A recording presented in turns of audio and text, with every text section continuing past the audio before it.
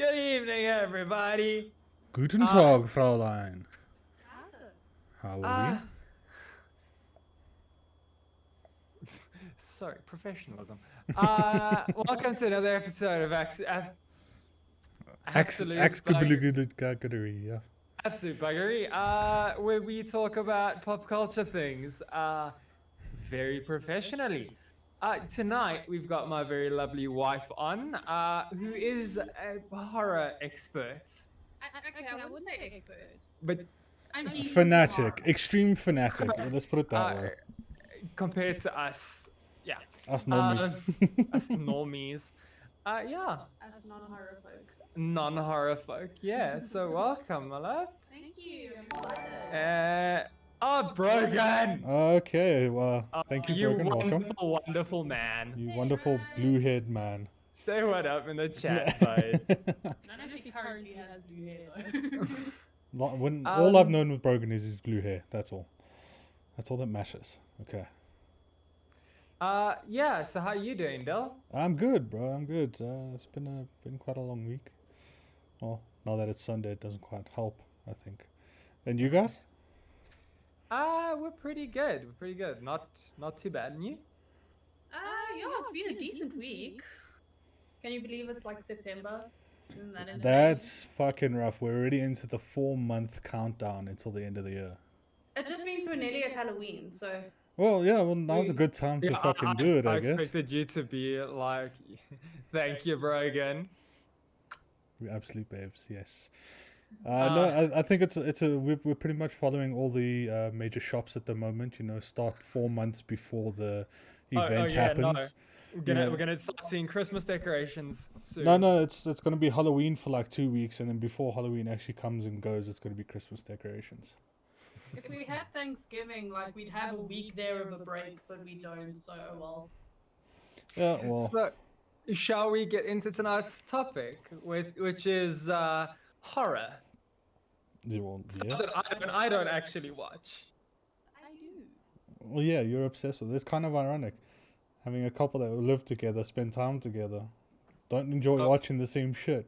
No. It just means I have to watch everything by myself, which I'm okay with. That means I don't have someone screaming next to me. So Or laughing like my wife. I think that's the best reaction to horror movies I've ever seen is Courtney. Courtney just shriek laughing at the same time. It's brilliant. Yeah, for everyone out there, we'll put it in this. My wife has 3 modes. It is the thing that everyone usually gets, or the no, or the extreme laughter and crying combination, which is the like fun. It's like the god tier mode. It's the funniest thing I've ever seen. Yeah, the funniest and the scariest, because a person laughing at horror stuff is not a person you want to be around. No. But for her, that's panic. So Should we jump into it? Yeah, we So should. take us on a journey. Okay, well, the first thing I want to bring up, or I want to ask rather, is what is your favorite scary movie? I'm sorry, I can't do the voice like Ghostface. I can just ask it in the normal tone that I usually have. Which is, What's your favorite horror movie? Bringing up Ghostface, my favorite horror movie of all time is Scream. So you like the meta bullshit? I do. It's because it makes a comment about horror. You are the Yeah, guy in the and- mask, chase and there everyone was- down with a knife type of guy. Only one Scream made, so. No, there's He's- 4 screens. No, there isn't. There's one There's Scream. 4 Scream movies and And a TV So- show. and a TV show. So is And I this- think is another this- TV show coming soon. Is this the conversation of there was no Hulk before Mark Ruffalo? No, there was a Hulk. It just wasn't. No, like you Wasn't saying good. there are no other screams except for one. Oh, it's like there's only 3 Indiana Jones movies. We'll get to that one next time. Yeah, so mine, and it's a weird one. I actually enjoy Saw. Out of all horror movies, when it comes down to, like, there's other horrors that I enjoy for a bit more than just the actual movie itself or the actual horror fanatic about it. But Saw I enjoy just for the content of how he gets everything to function as it is and all the murder and shit that goes into it, and it's quite intellectual when it comes down to it. It's fun funny because the original Saw movie is actually like the least goriest of it all, like out of all of them. As Saw progressed, it just became so much more of a It was gore blood. fest. It was it was just blood after that. But I think it followed that they knew that the gore and the over the top, insanity of the overblown, especially when it got to the more computer generated and they could pull more off. I'll They just were say going thanks to Brogan in for chat. I have a +1 for Saw. Thank you.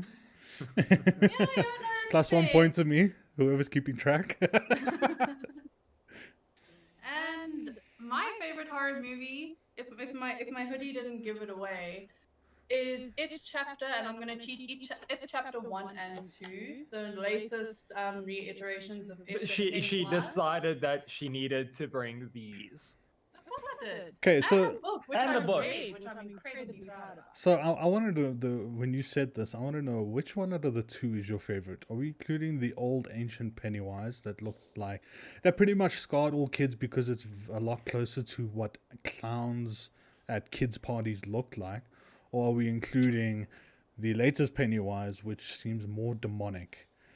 So I actually, as much as I love Tim Curry's portrayal of Pennywise and that really cartoonish way, the first It movies from 1990 was actually a mini-series. It was an ABC mini-series.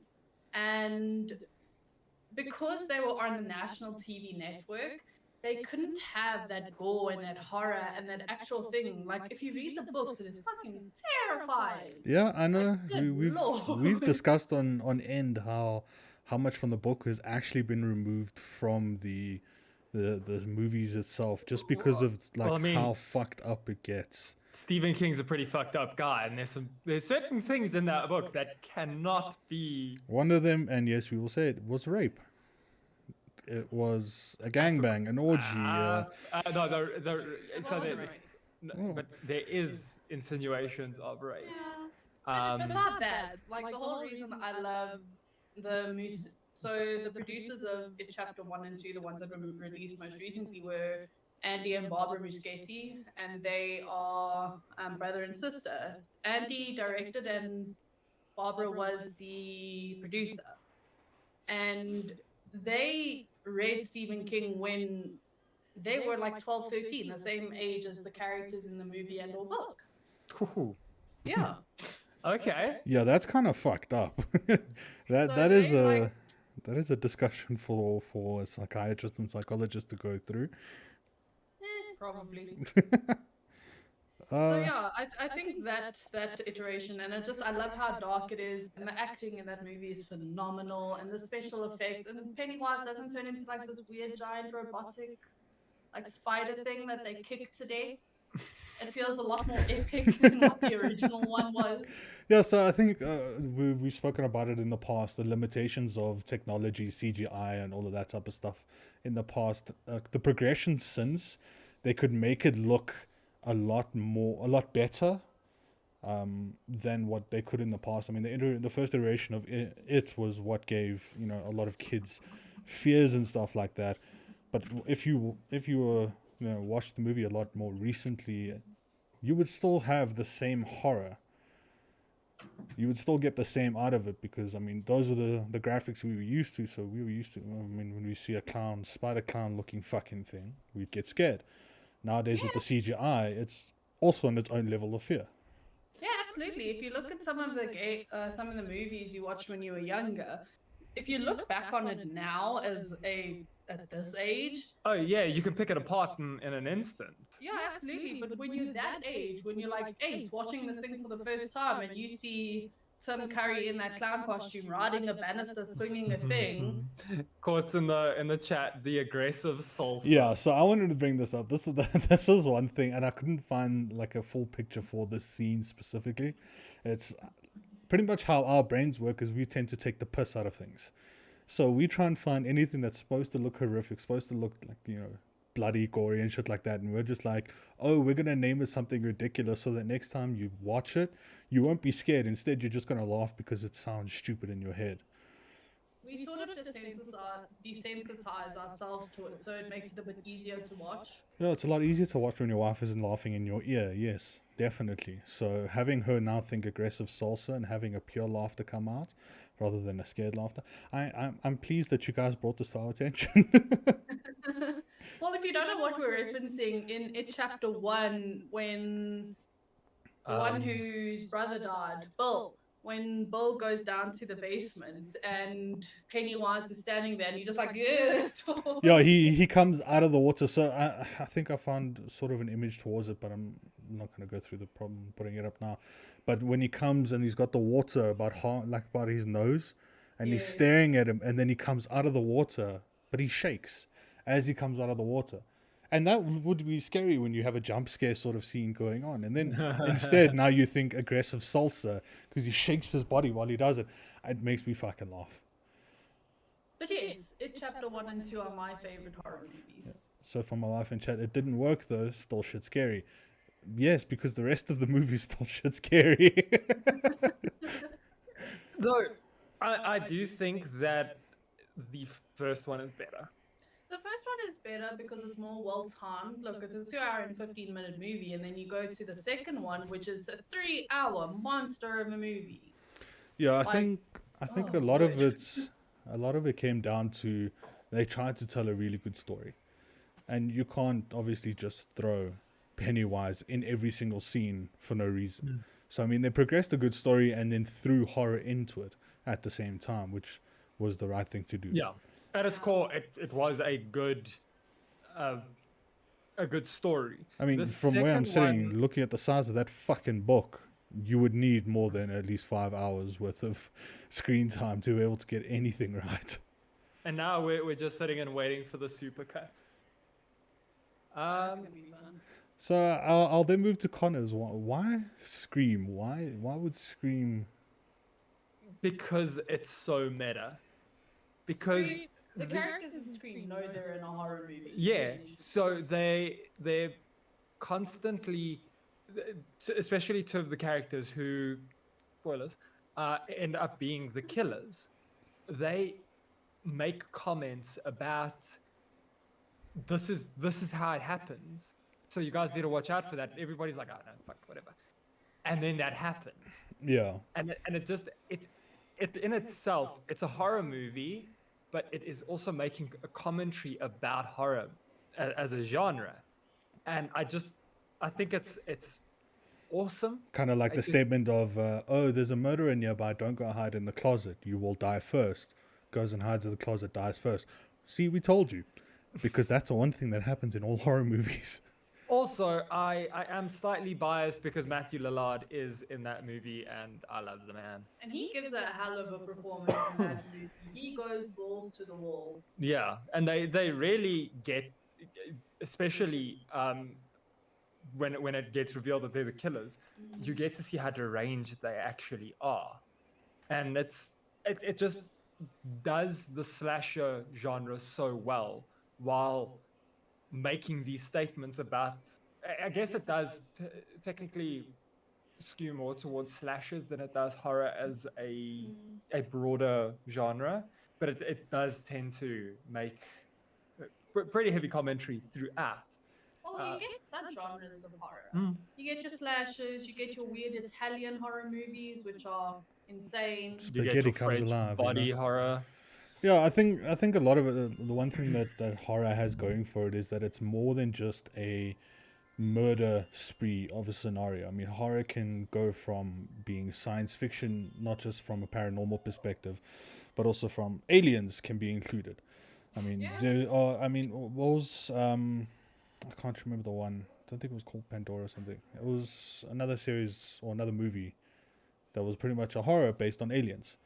You get War of the Worlds, pretty much the same thing.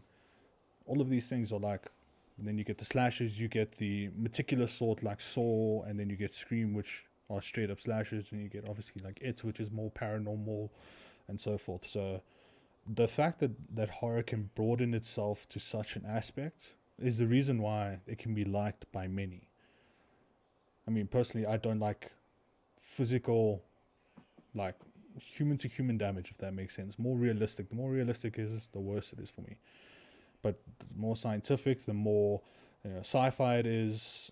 Include aliens, include monsters, include ghosts and shit. I can handle that a lot better than someone physically coming and cutting your head off type of thing for the fuck of it. To me, I don't like, I love fantastical horror. I don't quite dig the stuff that hits a little too close to home. There's this horror movie called, I think it's The Strangers or something like that, where it's a home invasion movie with Liv Tyler. That movie is fucking petrifying. I refuse to watch it because it's about a home invasion and it's shit that could very feasibly happen. Yes, The Yes, so The Strangers. Strangers. Not keen on that at all. But that is psychological horror, and that Yes. is difficult to deal with because a lot of it does uh, tend to deal with the psyche and it's the humanist view. Yeah, I think horror. the scariest horrors are the ones we refuse to watch because of how realistic it is, and the potential or the possibility of it happening Actually makes it happening, a lot worse. I mean, living in a country or living in a world where, I mean, break-ins, house robberies, that type of stuff does happen. This is not far off. I mean, if you take The Purge without the title The Purge and just have people breaking and just murdering people and shit like that for fun, going through the streets and doing exactly that, it is scary in itself. Yeah, absolutely. So, I mean, that's why, yeah, I agree. Like, the more personal, the more realistic, the more possible of it happening in real life, the worse it is. But I will tell a story of how I'm never going to ever watch War of the Worlds again. It had me... So I watched it when I was about 11, 12 years old. Bad decision on my brother and my side. It had me up, and it's not that bad of a horror movie, don't get me wrong. War of the Worlds is not scary compared to a lot of the shit we've seen lately. I mean, not by a long shot. But it had me up, and I don't remember most of it, running up and down the hallway screaming at my house when I was supposed to be sleeping. So, an interesting thing about War of the Worlds, because it was a radio drama initially, and it was played over the radio, and when it was played, people thought, because of the way it was framed as a news broadcast, people actually thought that it was a real news broadcast. So people were packing up their cars and leaving in droves because they were so scared, thinking that there's This thing actually was real. an alien invasion is now happening. Yeah. I think And I think that was in the 60s. I think for now we'll throw it also to chat. Any of you who want to tell us your favorites? I know Brogy's given us a +1 for Saw, but any other the personal horrors that you guys want to talk about, things that you want to mention, ones that you've enjoyed, ones that scare the shit out of you. My wife is trying to call in the background. But yeah, we're interested to always get chatting on this. By all means, go ham. It's crazy though to think of like why people actually like horror. Some people usually put it as an aspect like it's a psychological thing that people who, I don't know why, I think it was like tests done in the early 1900s about people who enjoy horrors actually had a psychopathic tendency towards them for some reason. That the fact that they got off of just watching it as a movie. No, but obviously nowadays it's been debunked because, I mean, every Tom, Dick and Harry, whoever Tom, Dick and Harry are, enjoy it. And enjoy it for the content, not only just watching it, making it as well. But you do get the slight view, like, I now know how to murder people and get away with it type of thing. I think the biggest reason a lot of people like horror is because it gives that adrenaline rush, Kind of that getting your heart beating, getting that rush going. Even though you get scared, you still feel a bit of excitement in you at the same time. Yeah, absolutely. That's the whole thing is horror. There's very few genres that really give that entire body visceral feeling, that your hair stands up on the back of your neck and you get this weird chill down your spine and like you hold your breath until something happens, and I think that's one of the best things about it. Well, I for think me. personally, I'm throwing out a theory that that's why jump scares itself were invented, because people would start losing a lot of blood flow to the brain from clenching too tight their muscles, holding their breath and shit like that. And jump scares just hits that adrenaline rush inside of you, so blood can try and pump properly. Well, I know that when The Exorcist was originally released in cinemas, there were reports of people actually fainting in cinemas. I think it was Wow. a lot more than fainting. I think it was The Have Exorcist a heart and attack and die. yeah, no, but they started actually experiencing paranormal situations. I think the same thing would happen on a Conjuring set while filming the show. Some paranormal shit was Well, apparently happening. was it The Exorcist or was it Rosemary's Baby where people were like dying on set? It was neither. What's the one where it's like the little girl's pressed up against the screen and she's like, they're coming. Poltergeist. Poltergeist. Yeah, there's a lot of rumors and stuff around that the movie set was actually cursed and how one of the young girls died, and it's Yeah, I actually think very crazy with to read. Annabelle as well. I think the same thing because I mean they speak about Annabelle being captured in a bulletproof glass cage or whatever display case at the moment. But the power from the doll being able to affect even those who just try and make movies about it, that it somehow still rubs off on the movies and on the set and the cast and the crew as well. And that's the shit I can't handle. The fact that it was real. No, so yeah, it's. I think like I'm not a like Connor. I'm not a massive horror fan. Uh, I was shit scared when I was younger. And now it kind of became a bit boring, because I mean it's the same shit over and over again. But there are some few that actually do become exciting and kind of captivate you.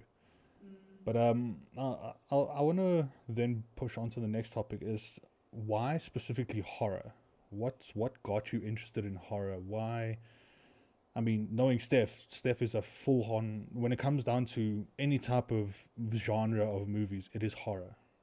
Movies, Quoting series, the books. literature. Yeah, it's so why specifically horror for you? What made you become a horror buff? It was probably to begin with my parents. Oh. So I can remember from a very young age, my parents would like, come, it's movie night. We'd always used to have movie nights, and my parents have this incredible collection of scary movies. And specifically Stephen King adaptations, because my father's obsessed with Stephen King. I don't think there's a book he hasn't read of his. So what you're saying is And it's your parents' fault. yeah, it's my parents' fault, but I don't blame them at all. Oh, okay. Well, no, you can't. Now that you enjoy it too, you can't. But Connor can. That, and I've always just liked the spookier things. I've always just preferred like the wackier, crazier shit. I don't care much for dramas, and I don't care much for action. I really don't. I can't stand action movies. But Personally, the closest thing for those who don't particularly like horrors would be thrillers. yeah, I But think thrillers now are like, who done it? Murder mysteries. yeah, or like, oh no, there's a woman and there's people who are trying to kill her and she's no, you know, I'm talking about on old the and like proper thrillers where it keeps you in suspense, but there's no actual like murder jump or scare. jump Yeah. scares or stuff like that. I think one of them, like the series You, for instance, was a massive one on Yeah. Netflix, and there was another one that was released on Netflix where the woman got in an accident, or she was being kidnapped and she got in an accident and she lost her memory. And then the guy who actually tried to kidnap her the first time came through and said no, she was her husband, had photos and all of that type of shit. I can't necessarily remember the name. We watched it a few weeks back. But that type of thing as well. I mean, those who don't enjoy horrors, you're not going to get a jump scare, but that shit still kind of messes with you. Get you on the edge of your seat. It thrills you. Thrills. Oh, you say. And for you, Con, what exactly? I mean, I know you're not a massive horror fan. You don't dig it too much, but I mean, if you do watch horrors, Why? I mean, I watched horrors when I was still in high school, pretty actively, but that's because teenagers, everybody's speaking about horror movies, so I watched it for that. But I don't go out of my way to to watch horror. Yeah, I'll be honest. Um, I'm not like Steph. I won't buy tickets to go watch horrors in cinemas. no, You guys just sort of fall on horror movies by circumstance. Yeah, it's like, yes, what are we doing tonight? Oh, we're gonna watch movies and a horror Well, that's how I managed to get you guys to watch it chapter 1.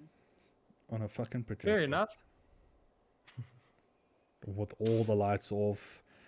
Yeah, that was a bad fucking time. Like, especially because you have to set. You can't just do it in broad daylight. You kind of have to set a scene for when you watch a horror movie. All lights off, all like curtains closed. Make sure there's no other light other than TV, and like have surround sound or some shit, so that when it gets you, it scares the fuck out of you. I'm gonna say not true because I watched Midsummer at work on my phone and it wasn't that bad. Now, I so- think you're at the point where you could watch it anyway, and it doesn't matter. You just enjoy it anyway. For us newbies, it's different. But Yeah. and then because I see you didn't really have any notes for this one. Nah. I think mostly like the horrors that I enjoy, as I like speaking about Saw, are kind of the intellectual side behind it, but also it's a personal as to who the victims are. They aren't just random or by chance people. They're put in that situation because of a certain thing that they have done wrong. And it then tends to fuck with them at the same time. And leaves them to either choose path A, path B, or path C. So I think like the one Saw in the very beginning, I think it was Saw 4. It's just a massive drape over this big thing in the middle of it, like a town square in a city. And then they pull it out, and there's two guys taped to this table that pulls a saw left or right. And then there's a woman dangling in between it, and she cheated on the one with the other, or she's like dating both of them at the same time, sort of situation. And they end up deciding to leave the saw straight up, so when she drops, she falls on the saw, and both of the men survive. So it kind of leaves you in the Kind of fucked up. yep. We're not I saying. think that's a big thing as well that a lot of people enjoy about horror is it makes you think. Also, you have this false sense of security. Like, if you're watching some kids getting murdered on a campground because they were having sex by some bloke with a hockey mask, you're thinking to yourself, I'm safe on my bed, that's not going to happen to me. Haha, they die. Yeah, it does that does not work for me. Yeah, it's what's fucking why you don't drive behind trucks that have wooden poles or any beams or anything like that just sit there. We've all lived through those. What was it called? Final Destination. Final Destination. Thank you. Yeah, I think that tends to put in a lot of decisions why we do or don't do things that we do today. Like why we don't go into random sewers, or why don't we drive behind trucks? Well, there's near Steph's parents' house, just down the road. There's this very tall sewer grate, and every time we drive by it, I think you do the same thing. You're like, don't look at it, and then as we pass, you're like, to see if anything pops out and says hello. yes. And it's stuff like that. I think also horror lives in your brain. Yeah, well, It stays that's with you. That's another thing I wanted to bring up is like why horror is so important because that's the sort of shit that sticks with you. Exactly like you said. No one drives behind a logging truck anymore because we've all seen what happens when that happens. Yeah, I mean, Oh yeah, no, I see one. I will stay in the slow lane.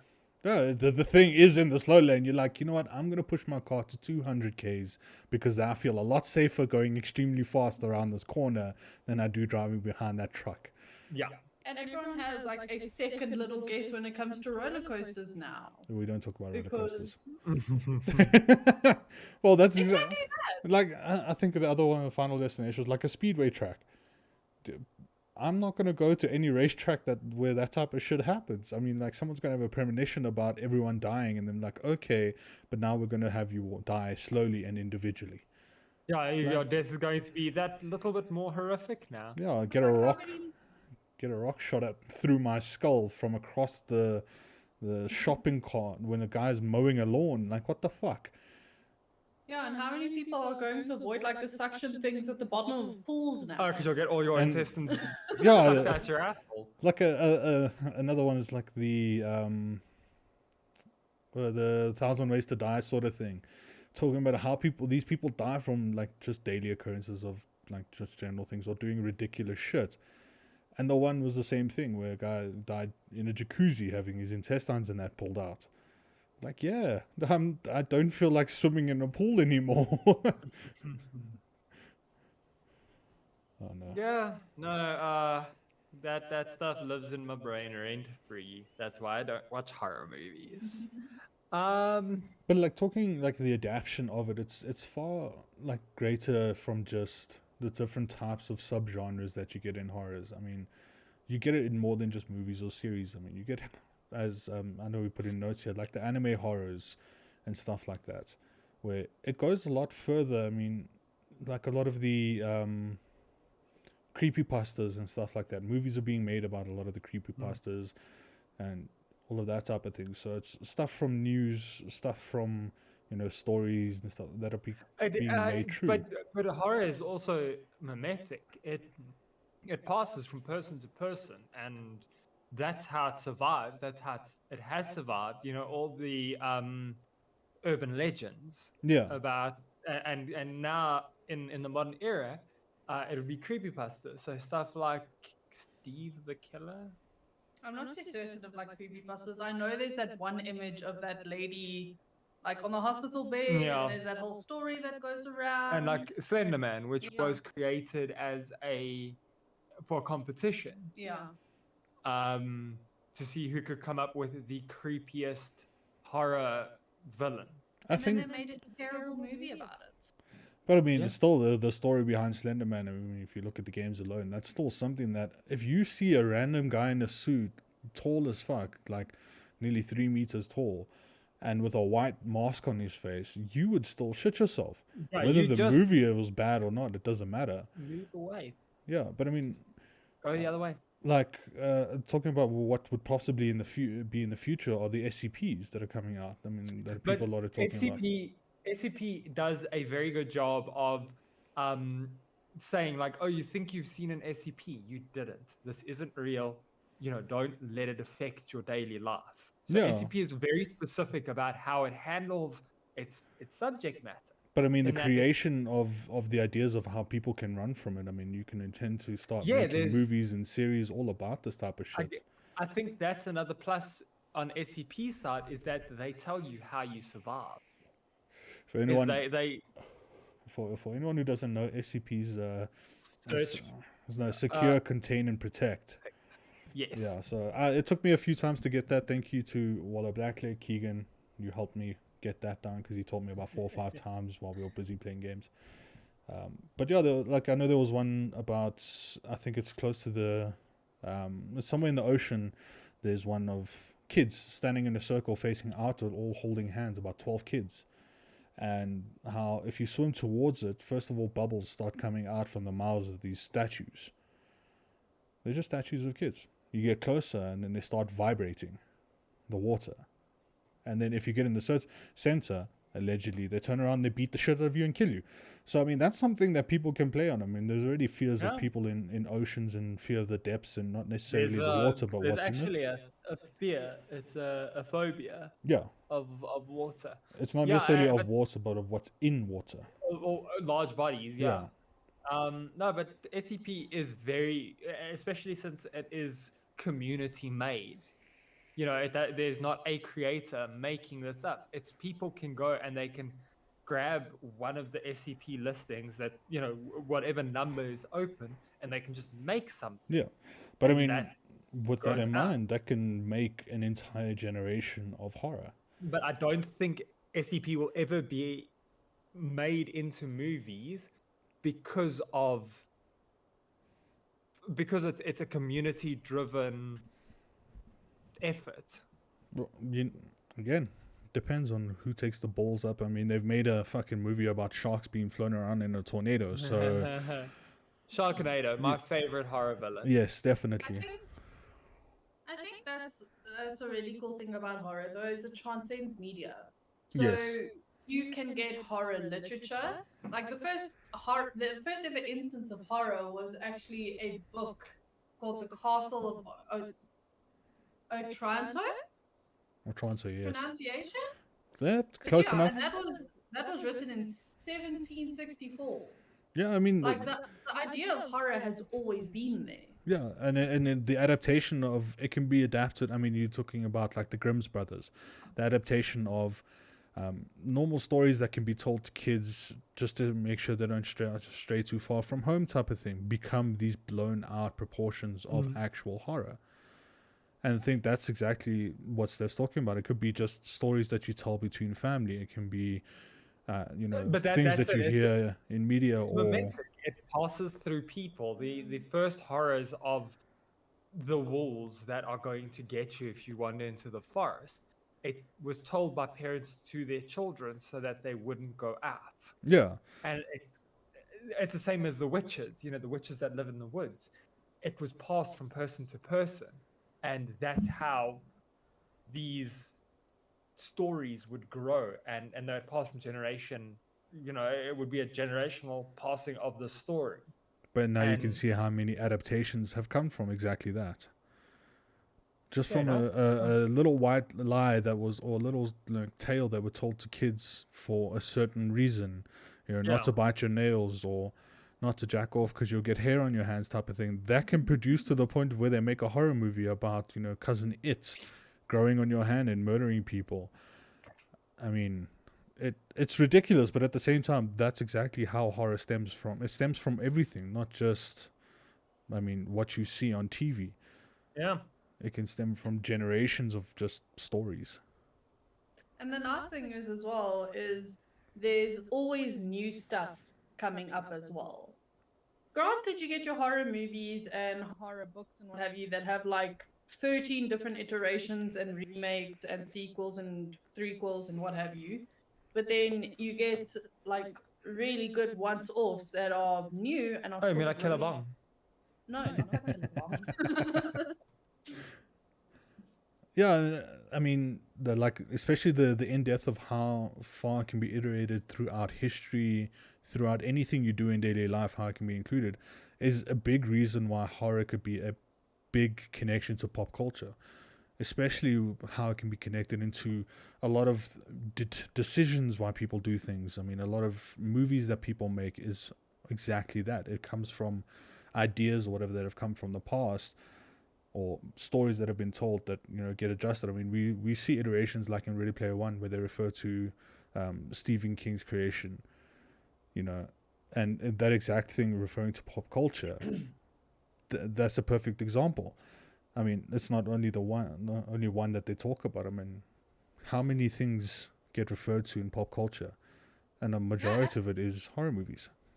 Yeah, definitely. There are like, find me someone who doesn't know what the Here's Johnny is from. Or They might not even know the name, but I mean, you show them the picture. You show them the picture of exactly that image of the situation in the scene, and that person They would know immediately that reply with that sort of sentence. Yeah. It's Stephen King. yeah, they know where it is. They know who it's coming. Yeah, and I think that's like a lovely tidbit that can be added. I mean, you hear it in a conversation, and some other person across the room that might have heard it will giggle to themselves because they will find some connection of their past or something that they've dealt with where that sort of situation had come up. So a big impact of how horror movie has affected pop culture and people's reviews of pop culture. Yeah, no, definitely. And the nice thing about it is how many people find it recognizable. So if you were to ask someone who's Freddy Krueger, immediately it goes to like the gloves or the finger knives. Yeah. Or But for my brain, the- for some reason, we'll jump to Edward Scissorhands. But it's the same idea. It's all these fingers, bro. like the whole. And I was saying Edward Scissorhands. He's literally just got the.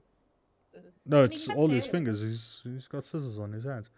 But like that exact thing, it's like you can take one idea and adapt it into 20 different versions. I mean, I don't exactly know where Freddy Krueger himself or the creation of him came from, or the creation Wes of. Craven. But the same thing with Edward Scissorhands. It could have been a far adaptation from itself. Now I know who, but I'm saying where did they get it from? It's difficult to Wes just Craven come up is with a shit on pretty your fucked own. up guy. Yeah, well, so is Stephen Tim King. Burton and Stephen King. Yeah. But exactly that. I mean, a lot of them, if they have similar features, it could be 20 different stories being told, or one story being told 20 different ways, and therefore 20 different adaptations of the same thing. No, that's kind of a really soft adaptation of Nightmare on Elm Street. He cuts hair. Well, it could be just a story of, the original story could have been about a man who, died while cutting hair type of thing, or ended up, because he really wanted to cut hair very well, he put scissors on his hand, and some people then scared their children, like, if you don't go sleep, Edward Scissorhands will come and kill you, but change his name to Freddy Krueger. Okay, well now you're stretching into Demon Sweeney Todd, Demon Barber Feature. Yeah. But again, it's a lot of it can That's be just straight the razors. same. That's the scary thing. Straight razors, they suck. Cutthroats, yeah, Yeah. they're fucking rough. And then he also does gardening at one point, but we'll skip past that. But I suppose you can even consider Tim Burton like light horror, like that spooky. Yeah, it's gothic. Yeah. I think it's all more than just gothic. I mean, he can tell a friendly horror. He can create friendly horrors for I mean, if you look at Night Before Christmas and all of those type of things, they are, if you had to see that shit played out with proper CGI and so forth, it would be scary as fuck. But then putting it in the clay form and just having them sing songs and shit like that, it makes it a bit easier for those who can't handle horror as well. It's like Beetlejuice. It's about a young couple that dies. Like full on dead. But some of the shit in Beetlejuice is kind of scar. What are you doing? And then the fucking Beetlejuice Yeah. took shit its own fucking way. I was meet people in, and then, but then again, it takes the piss out of it when they make people start dancing and singing along while trying to have dinner, sort of thing. So it's all your own point of view.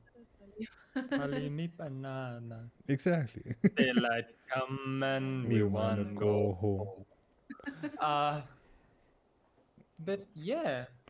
So Shall we dive into well, I mean, we've spoke about like some of the prevalence of horror, but I know Steph or Con, either of you made a note here about bad reputations that horror gets. Yeah. So that's a big caveat of the horror genre, is that there is an excess of terrible horror movies like Thanksgiving, Sharknado, Piranhas, 3D, The Killer Bong. Killer Bong. Killer Listen, Bong. Piranha, Killer I think it was Clowns, Piranha. Space. Yeah, but fucking Piranha 3D, when the piranha swims up the woman's snatch and then the guy tries to have sex and his whole penis gets bitten off. And then the fish falls out and then... Yeah, but then he spits the thing out. And I'm like, you're taking this horrific, like this creature that can do so much damage and fucking with it into such an effort. Like, I don't know, it's fucking ridiculous. But I think that horror movies gained that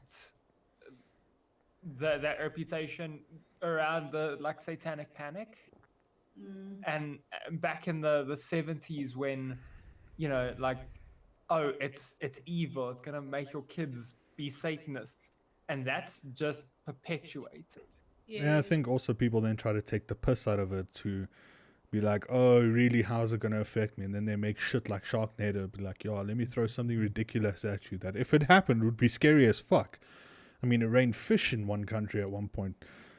Sharknado isn't too far from a possibility. I mean, If that No, happens, I would fucking shit myself. I think Sharknado is pretty out there, but 0.001% is still a percent.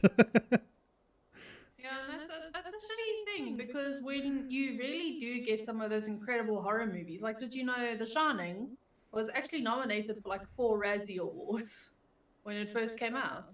really, Yeah, and I mean it's a gold standard in filmmaking. yeah, it's been chalked up to one of the best movies of all time, and that's at no fault from Stanley Kubrick as a director or Stephen King with the source material, but Stephen King notoriously hated Kubrick's version of The Shining. Yep. Yep. Hater who hates his own creation.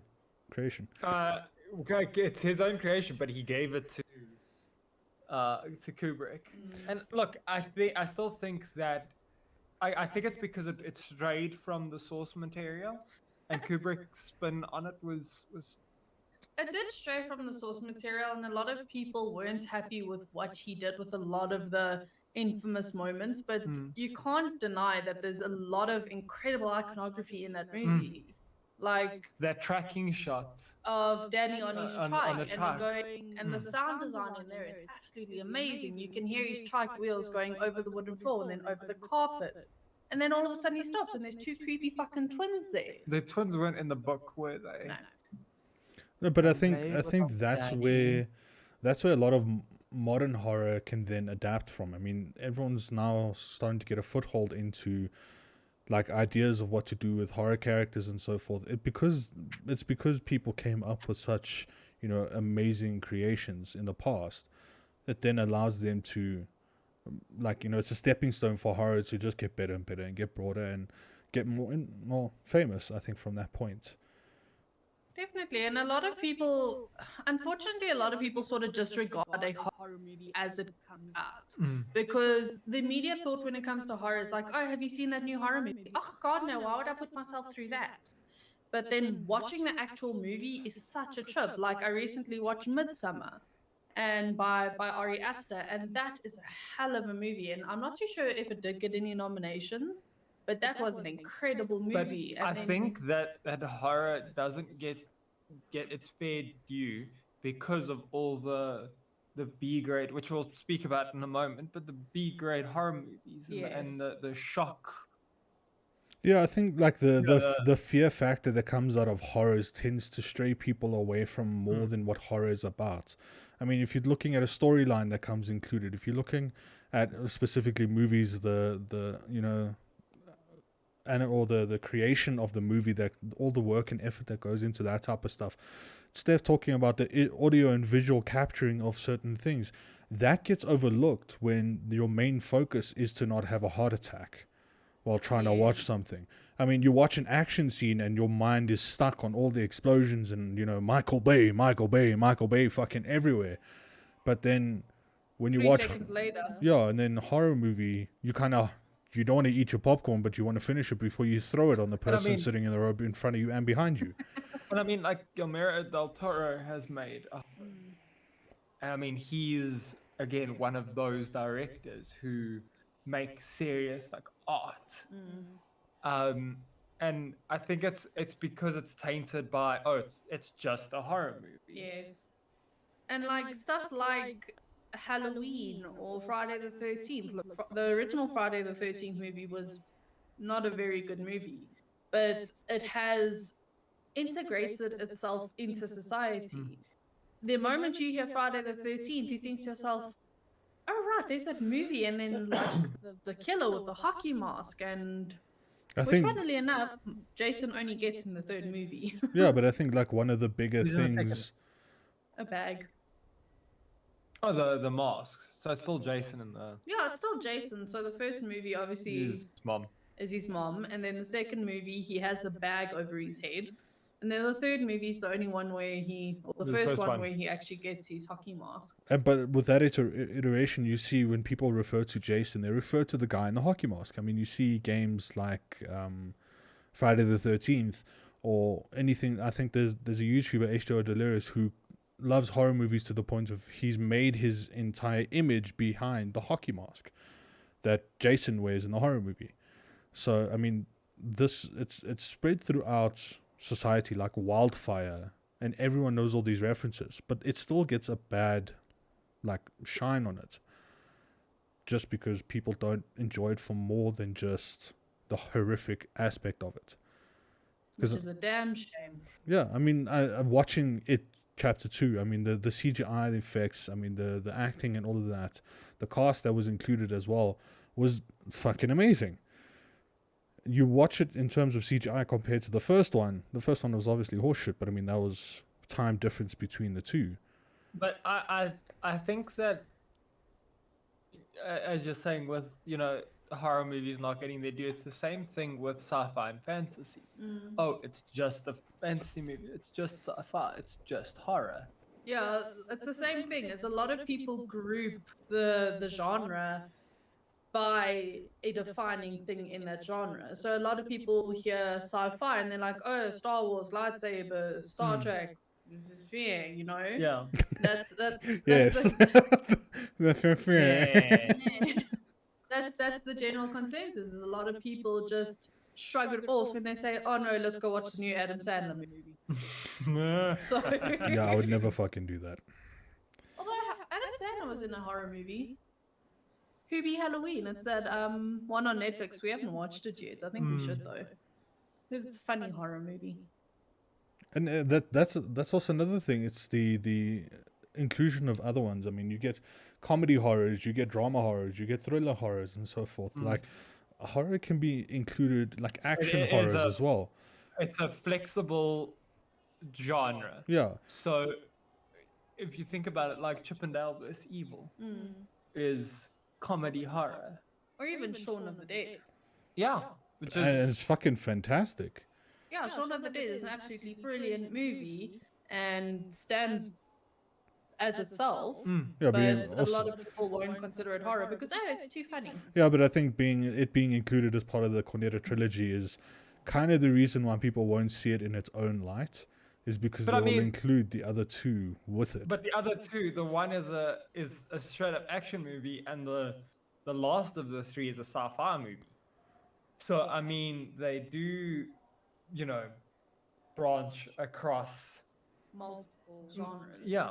But that's the thing, is horror sort of creeps its way into a lot of things, like Jurassic Park. A lot of people consider Jurassic Park to be not a full-on horror movie, but a horror movie that has some bits to it as well. Yeah, so I think like people might say, "Oh no, I can't do horror movies; they're too scary." And then you ask them about certain movies, like, "Have you watched A, B, or C?" But like, "Yeah, I love those." I'm like, "You know, those are horrors as well, right?" And I think they skip past, like, I mean, you look at The Conjuring, you look at The Nun, you look at Halloween, It, and all of that. Yeah, I Those think are it just those are depends on standalone. how deep you want to go into, into the rabbit hole of horror. Yeah, but I mean that looking at it horror from just the genre of horror alone and not inclusion of any of the others, that's where I think a lot of it loses it. Jurassic Park was a horror to me as a kid. Well, yes, having a giant fucking T-Rex stare at you, yeah, would scare the shit out of me too. I actually got a funny story. So I watched Jurassic Park when I was relatively young, about 5 or 6. And my parents and I, we never flew anywhere when we went on holiday. We always drove. And you know, when you're driving on holiday, you have those massive stretches of road and absolute nothingness around you. I'd always tell my parents to, like, no, be quiet, put the radio down, and tell my brother to stop playing on his Game Boy. Just like, shh, the dinosaurs are going to get it. Because at that age, I genuinely thought, like, the dinosaurs are, like, out there. Hey, listen, at a very, very young age, as in preschool, I wanted to become a dinosaur, so you're not far off of your delusions. I was going to build a machine and turn myself into a T-Rex, bro. There's actually a horror movie. It's called Tammy and the T-Rex, and it's got a very young Brooke Shields in it. And one of my favorite YouTube channels, Dead Meat, actually covered it on his channel.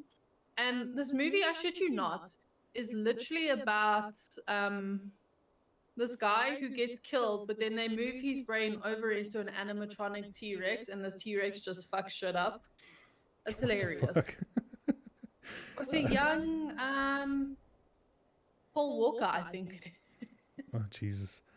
So to Laurie in chat, the MacDs gave out these glow-in-the-dark T-Rex money boxes that my mom used to put it by my door at night and to keep me in my room. Yeah, you're scared as shit. This is how the people keep you from leaving your house. These are the modern day threats that they give to you. No, I think I mean, again, that's a lot of where adaptations come from, are just random stories that people tell each other that are just stories to tell kids to listen to their parents, and they or older adapt it. siblings to scare Yeah. scare the younger siblings. Yeah, it's like, did you hear about this guy that does this thing? It's the guy at the campfire that wants to talk about the horror stuff. Or it's like, yeah, it's the stuff on the that gets told around the campfire. It's like the guy with the hook for a hand. Yeah, and I think that wasn't there All of that. the spatula hand guy from SpongeBob that everyone was scared of, and it was just the guy running around with a spatula. There's actually a scene. So, Night of the Living Dead by George Romero. It was one of the first movies that ever actually introduced zombies as zombies. It was really the first iteration of them. And at the beginning of the movie, Barbara and her brother, the whole beginning of this, they go to the graveyard to visit their grandfather's grave. And the brother is constantly teasing Barbara and saying, "They're coming to get you." And then he dies via zombie. So it's that same thing. They always, you'll find a lot of teasing and stuff like that that actually carries through into everyday life. Because I know my brother tortured me with it. And I think there were a lot of, I mean, if you watch some of the horror movies, it all starts out as a joke or a, oh, do you hear about this one thing? And then the movie is based on exactly that, where they'll go to a campfire and they'll talk about this, wolf that hunts only certain groups of people, and it comes out at this time of night, and and then they're like, ha ha ha, that doesn't exist, and then people start dying, and it's a movie about exactly what the guy spoke about. So I think it tends to lose a lot of credibility when shit like that happens, and as you talk about like the B-grade movies. But I mean, again, it's taking things for what they are, not as a group, I think is where people lose it a lot. Yes. Yeah. Definitely. And going on another note, it's like horror is not something that was just made up recently. I mean, we talk about stories that were told to kids, back in the day. I mean, horror falls throughout religion as well. I mean, you're talking about plagues and stuff like that. Going all the way back to like the New World. Yeah. When the devil was in the forest, and you don't go into the forest alone. Yeah. It's the folk tales that are then, as I was saying, passed down, and it's because there is this. I think it's an inbuilt fear, an evolutionary thing, that there's something in the dark. You don't go there alone, and that really gets into people's heads, and they want to tell stories about all the things that are in the dark. Stuff that goes bump in the night. Yeah, exactly. I mean, I think, if I'm not mistaken, that's what I've named the episode tonight. Stuff that goes, things that go bump in the night. But I think that's again where a lot of phobias and so forth come from. I mean, people have fears of the darkness, not necessarily of the darkness, but what's in it. People have fear of the ocean, not of the water, but what's in it, and that type of thing. So I think a lot of it. About what the spider can do to you. Yeah, and how fucking big fuck off the size of the fucking thing is. So, I mean, again, like, because horror has been a thing, I mean, it comes saying, yes, it was just a story, but it was horror. It was. And I think that widespread horror, as a genre, stepping away from something that's between, that's passed from one person to another, but that is as seen. Do you want to speak on that?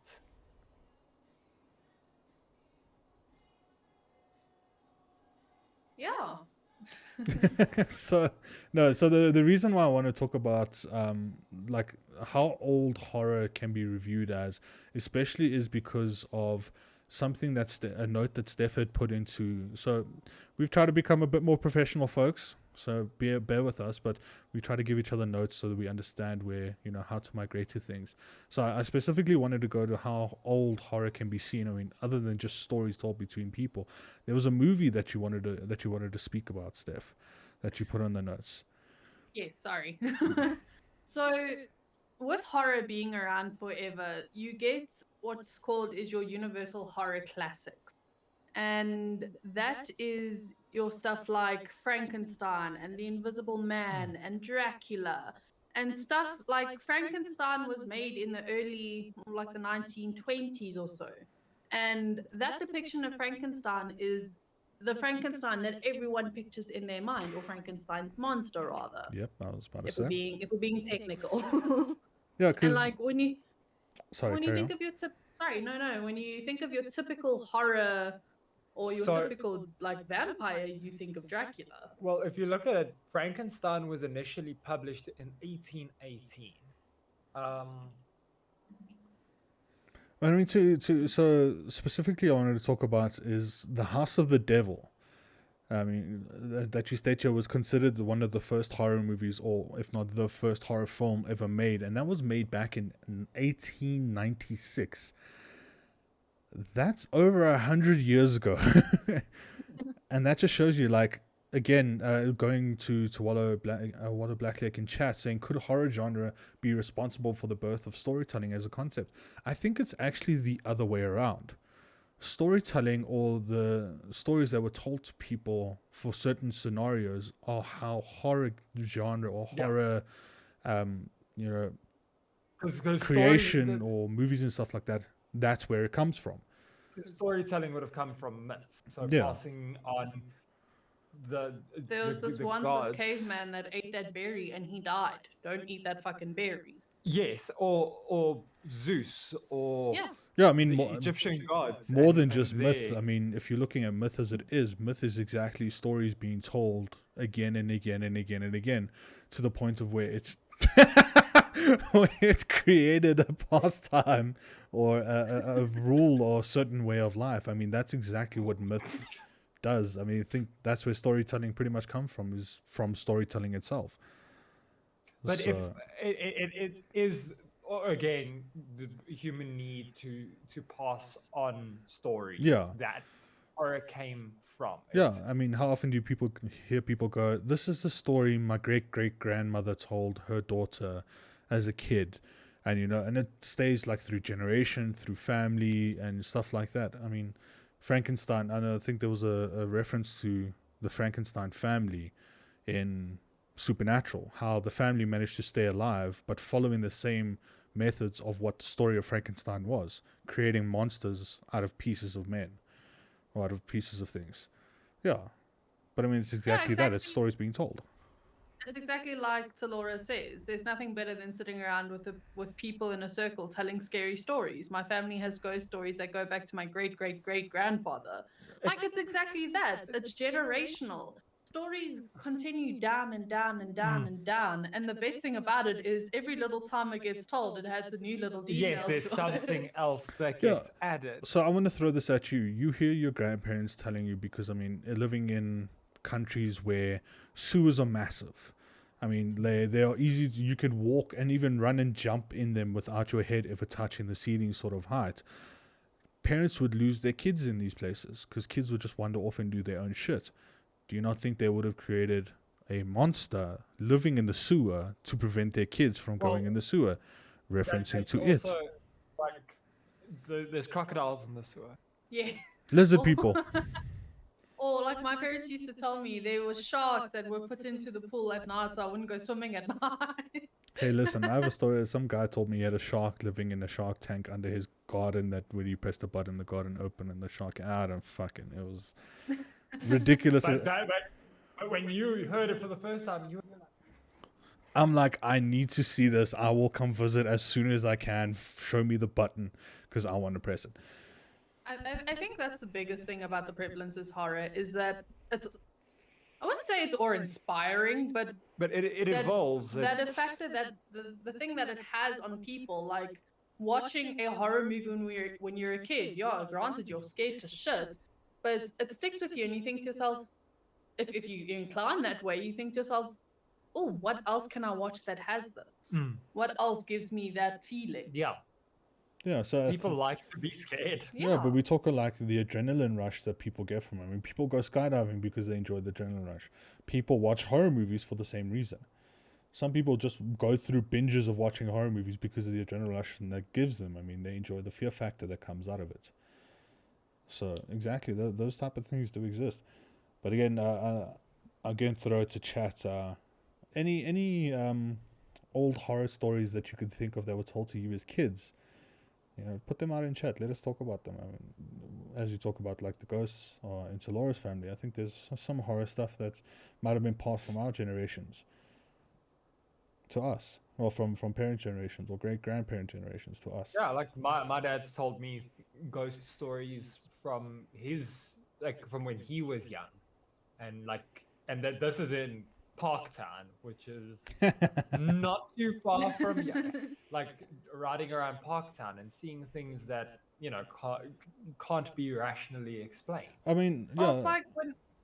Yeah. Sorry, for what I know, especially about the Parktown area, is that a lot of the area is a heritage or heritage sites. I mean, a lot of them are actually protected by heritage law, so that they cannot be condemned and destroyed and brought down, type or of thing. changed. Yeah, or changed in any manner, to the point of those houses could tell stories by themselves. I mean, if you believe in paranormal situations and stuff like that, there very well could be paranormal activity occurring in all of those properties because of what they are. I mean, Tlorian Chat says, we have a demon story about how my great-grandfather's brother's house was haunted, and when he'd leave his Bible open in the living room, he would come back and be handprints burned into it. That's fucking scary. I mean, you wake up for breakfast, you're like, Mom and Daddy, what are we doing today? And you look and you just see a fucking hand on the fucking Bible burns into it. Yeah, that's where I just go, I'm leaving now. Thank Yeah, you. like, That's nice. Thanks. Bye. yeah, I'm walking home. Even if it's 4 years fucking walk, I'm still gonna do it. Here's a business card for an exorcist. Cheers. Get Constantine. I hear he's great. But I think, like, when I think back on my high school, so I went to Catholic school for 13 years. And we had this old Victorian building. Like, you can ask Connor, it was a very beautiful, giant building, and it had, like, these big quads, and then it would be, like, the classrooms in that square shape, and then on the corners would be these massive bell towers. And there was never not a story about a nun, because nuns used to teach at the school. There'd never not be a story about a nun who hung herself in the bell tower. And if you called her name, or you like Nun Patricia or whatever the fuck her name was, and like there's a story of how the one girl did it, and a note came fluttering down saying die. And Why would a nun say that? I mean, why would a nun kill herself? Exactly the same reason why she'd tell you to die. But I have... see God. Well, you're not seeing God if you do that. But a big story that came, especially, and I know Walla and myself went to the same high school, and so did your father, Connor. But there were stories, especially with our school being a prison before it was a school, during war and stuff like that. That they would hang people, and we used to have in some of the quads, they have metal beams on the second floor. Well, on the roof of the second floor, going like across the beams, and that's where they used to hang people. And they used to say that if you traveled there at night, you could actually see the ghosts of the people hanging from those beams. So, I mean, in everyday life, it exists. No matter where you go, someone's got a story of some horror, some horrific thing that occurred. There's a weird need in humans to tell those stories. But I think what that derives from as well is there's this sick sort of comfort in knowing about it. Is that, yeah, there's all these horror stories, but that can't really have happened, right? Right? Right? Yeah, it's more of the, I'm no longer not believing you. I need to know if it's true. How do I not, because I mean, they say like, if you go there at this time, the same thing would happen to you. And to Laura in chat saying, we had a story in high school about how there was a doll in one of the back room that would God, I went to that high school. constantly turn its head, and it belonged to a teacher's child who had passed. That's fucking creepy. Jesus Christ, Laura, what horror stories are you on? Yeah, I know, like, there oh, was can some you... creepy shit creepy stories that went around now. Yeah, it's like a teacher asks you, can you please go get this out of the back thing? You turn to her and go, fuck you. Your child is in that doll over there. I'm staying the fuck out. Like, I'm okay with just staying here. I Yeah. will stay in my seat for a change. I will keep my education for once. I'm not going to try and get away Thank from you. it. But especially the biggest thing that comes down into horror, and I know it moves on to our next segment here, is when you think horror, what is the first thing that comes to mind? And I'll throw it to Steph first as the guest host for today's show. What is the first thing that comes? I mean, I know it's written on your jersey. Well, the first thing that comes to mind is always the villain. You always remember who did the killing. And for Well, I me, mean, the for most for action movies, the person who's focused on is the hero. yes, In horror, the it's person focused on the villain. Yeah, And granted, you have your final girls, and your first outs, and your stocking stuffers. but nobody Nobody stands out like the villain. like the villain. Yes. So I'll throw it to. And Sorry, in the meantime, I'll throw it to chat. When you think of horror, what's the first character that comes to mind while we continue here? and for me, it's Pennywise, because that was one of the first horror movies I ever watched. It's like the mini series, and now granted, I think of Bill Skarsgård. Bill Skarsgård's Pennywise, but I also think of Tim Curry's Pennywise, because is it not just fucking terrifying to think that there is this Clown. this thing that can turn into whatever you feel most. We'll Like, float granted, it's down going to have a here. harder time with adults, because I don't know how it's going to turn into failure, but that's beside the point.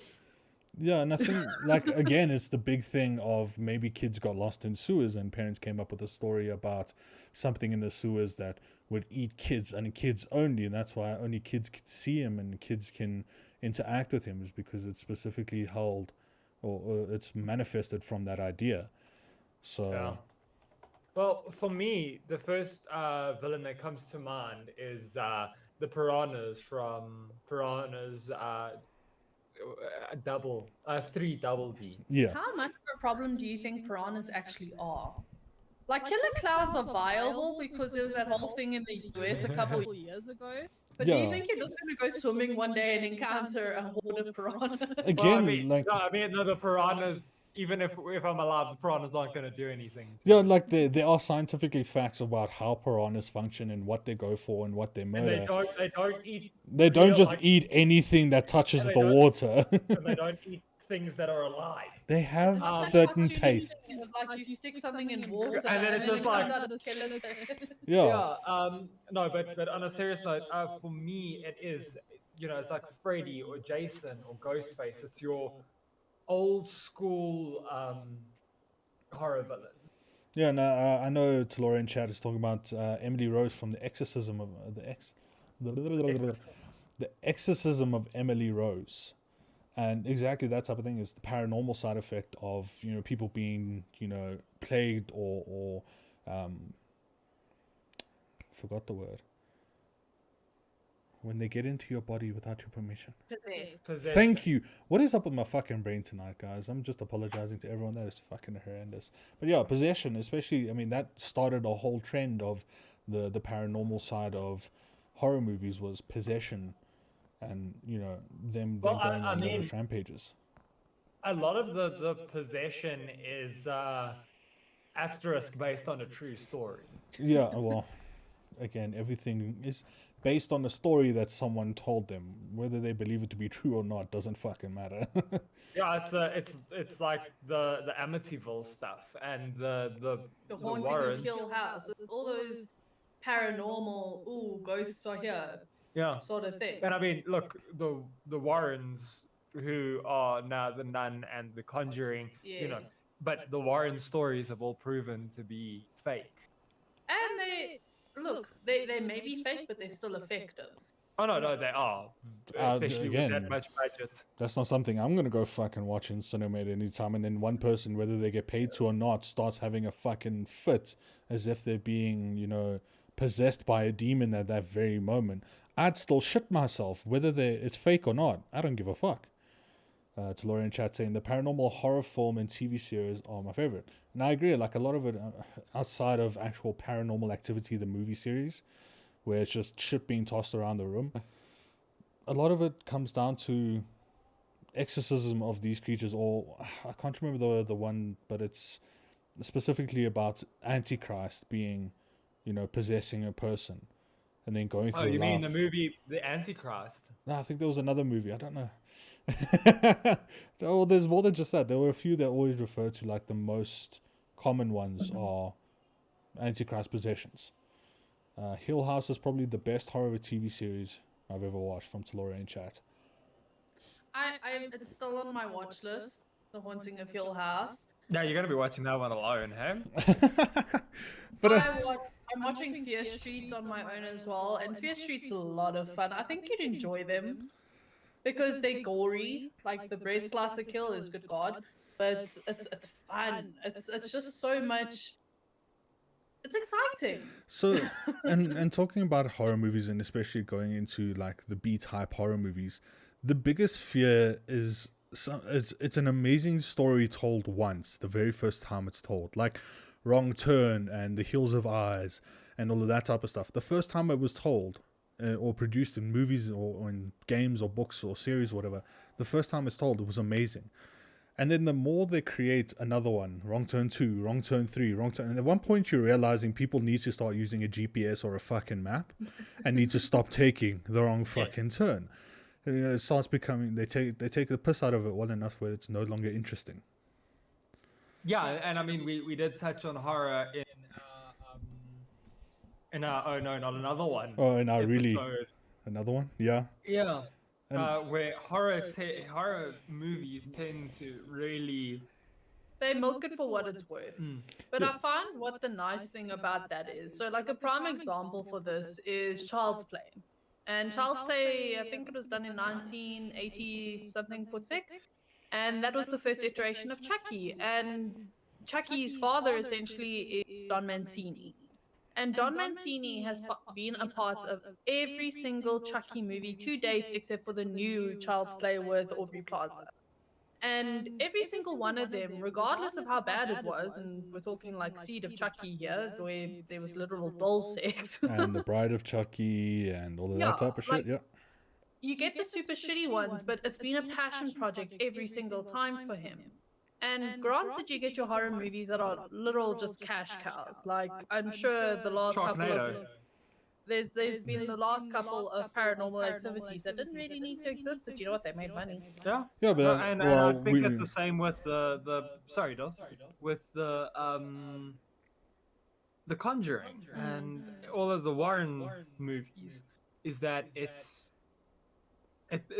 they know that they're going to make money, so let's just make another one.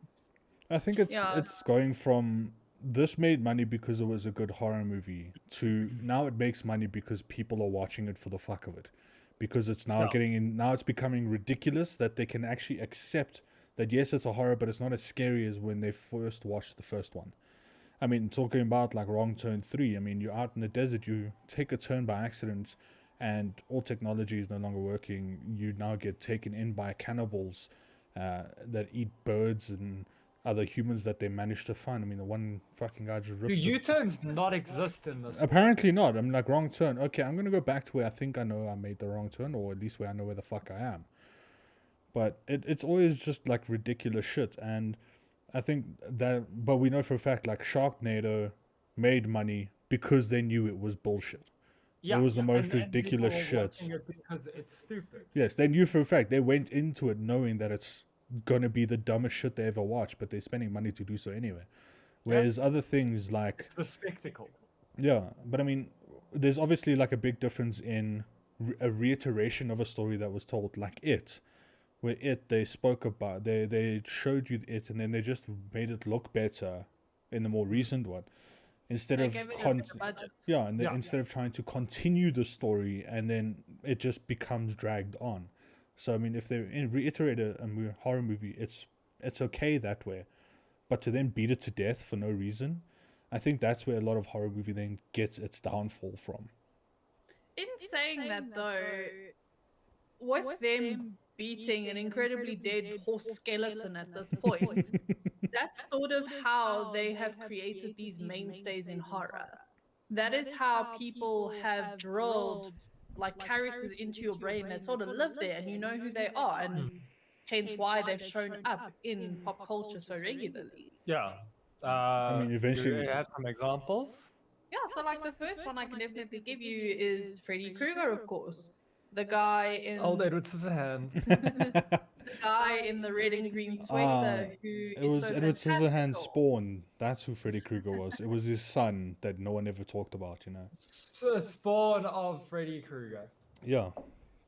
But I think, I mean, exactly the same thing. Like Sharknado, no one's ever gonna not know what Sharknado is. I mean, if I tell you Sharknado, you know it's a tornado with sharks in it. To the I point like of how we it's just keep going ridiculous. back to Sharknado. It's because it is Like the I'm trying apex. to, like It I'm is- trying to enlighten you guys on some of like the best horror movies out there and like the mainstays of horror. And it's like, yeah, Sharknado was dope. No, but the reason why we refer to Sharknado a lot because it is the biggest B horror movie that ever exists. It is supposed to be this horrific thing that people are supposed to be afraid of, but no No, matter I what, think- it is the biggest bunch of bullshit. I think that the creators of Sharknado knew what they were. No, when they made it the first time, they actually made it as an intent of being a full-fledged horror film. It then, once they realized that it was absolute horseshit, they're like, fuck it, let's continue with the absolute horseshit. Telorian chat, no, never mind. I already read that. I saw things pop up and I'm fucking blind. Never mind. But yeah, we've already touched on Freddy Krueger, and then you get people like Michael Myers, who is the villain from the Halloween series. And he's actually got a new movie coming out soon, Halloween Kills, which looks very, very promising. It looks very another slash. Yeah, well, that's what Halloween was. It was one of, I won't say the first because you had Black Christmas before that, but it is one of the horror movies that brought slashers to the genre. I mean, the And- first Halloween was what 1978. Yeah, so the first Halloween was 1978, and then a direct sort of child, I want to say, is Friday the 13th, because when the Friday the 13th people came together and were like, okay, let's create a horror movie, seeing how well Halloween has done and Texas Chainsaw Massacre and stuff like that. What they did is they based Friday the 13th almost directly on Halloween, because it jump started this thing of some spooky person coming to kill you in a mask. And But I wonder if having the victims be teenagers drove teenagers to go and watch it. that's a big thing, is a lot of people like horror mainly targets, unless you're looking at some of your smarter horror movies, horror mainly targets people from like 15 to in their late 20s. After that, it sort of just gets like a sort of vibe. And having these young teens like, oh, I play baseball and I smoke weed and I have sex with my boyfriend Jerry. Like, you have those sort of characters.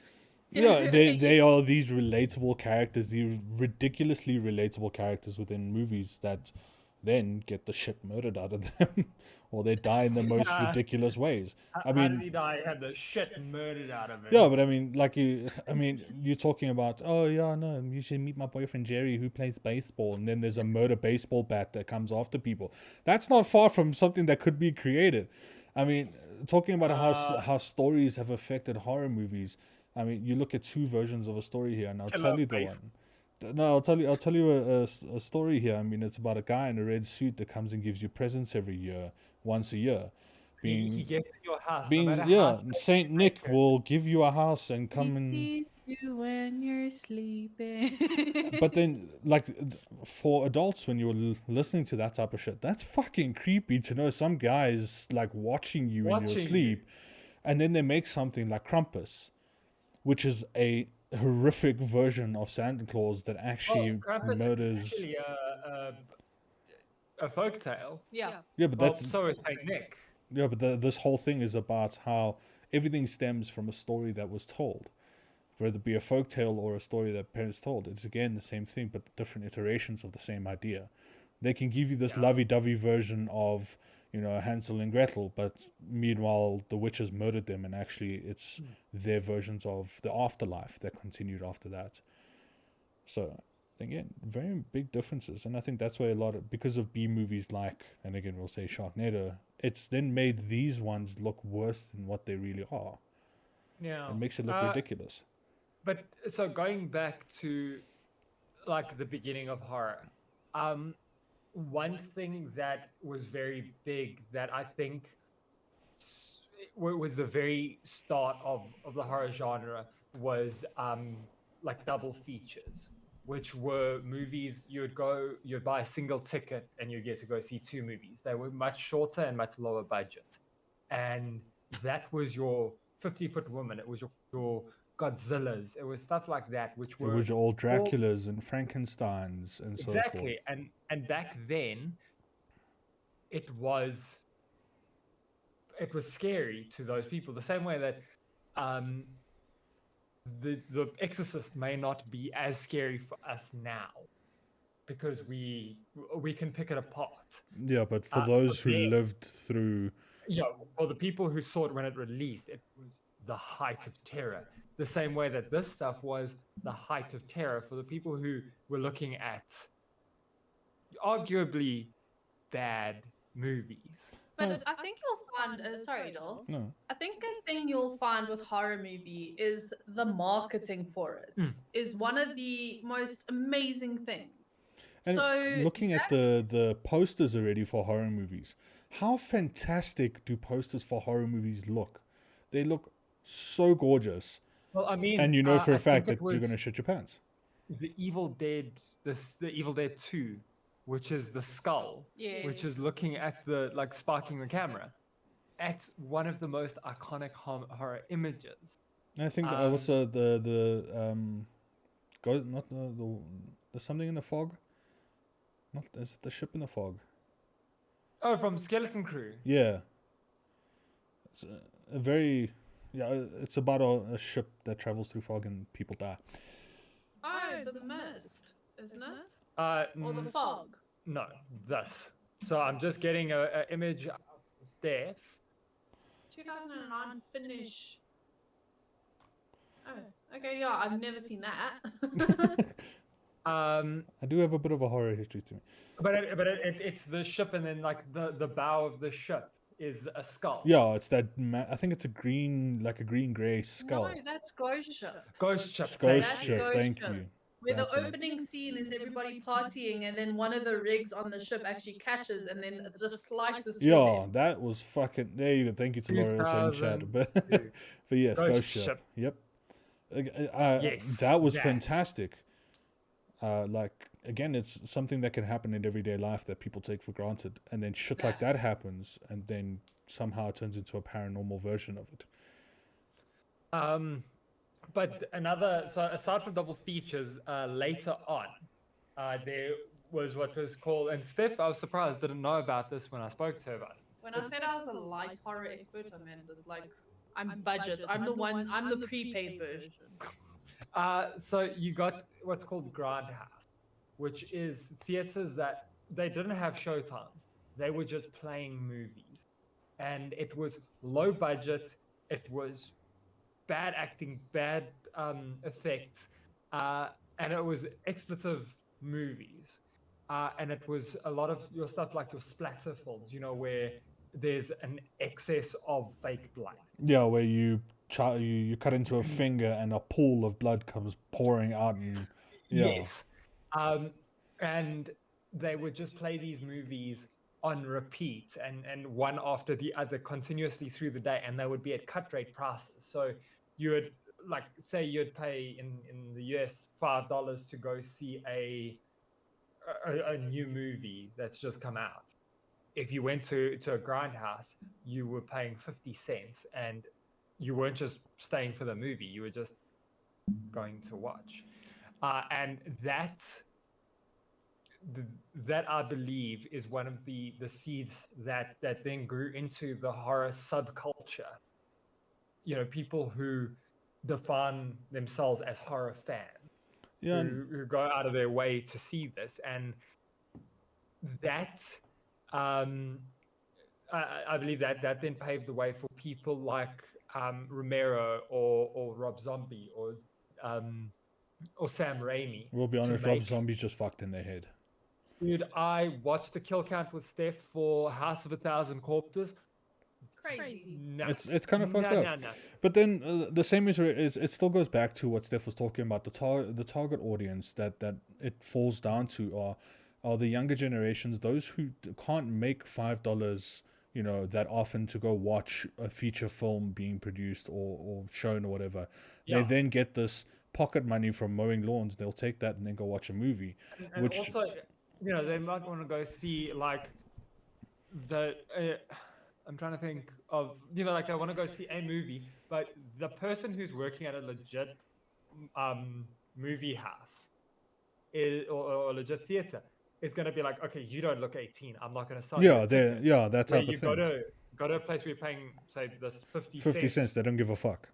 Yeah, the dude who's making minimum wage behind the booth is going to go, yeah, whatever. It's like 50 cents, go on, walk through, type of thing. Give me the money. Yeah, but again, it's the same thing of that's exactly where that whole thing in the US about the people dressing up as clowns and being the shit and doing fucked up things. It's again, those are the people that were targeted to watch these certain films. These people then watch these movies and then go on this big spree because now everyone's doing this thing about dressing up as a clown and doing fucked up shit. It's because that was specifically the target audience, and those are the only people who would really be interested in watching those sort of things. So I think horror does right by specifically who they target to watch movies.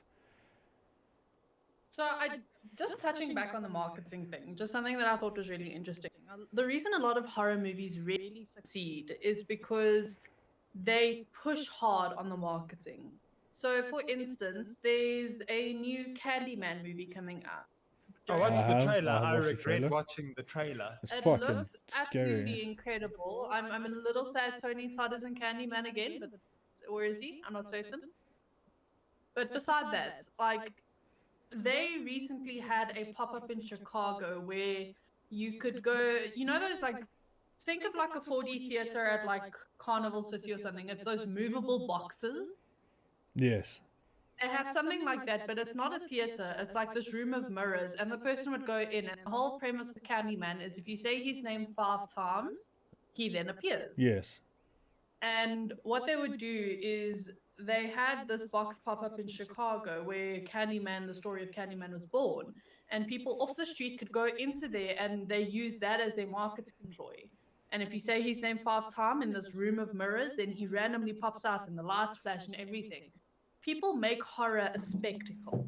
Yeah, and So they there's this- liked. I mean, there's again, it's taking on All Hallows Eve being Halloween. It is like a one day a year where people can dig into their dark desires of horror that they get to play with because I mean, people have these ideas of marketing. They can now everyone else can go and jump on the same bandwagon and enjoy the Yeah. same things. Absolutely. So there's this, I don't know if you recall a movie from the early 2000s called 13 Ghosts. Probably not. It had Matthew Lillard in it, and the family dies, and they go live in this big glass house and what have you. And the whole thing is you can only see the ghosts if you have these special glasses. So this 2001 movie was actually based on a movie from the 1960s of the same name. And what they did back then, because they didn't have the technical abilities that they do now, they actually previewed this movie with glasses. You know the old school like blue and red 3D glasses. Yeah. Oh, If shit. you're wearing these glasses, then you could see the ghost. That's the whole thing. They created an immersive experience. That's the thing. It gets you into the movie. Yeah, it gets Well, you I into the mindset of what the characters would experience within that movie. But I mean, we've listened to podcasts where they've spoken about how hardcore, like in the 70s and 80s, they would go about advertising for and- horror.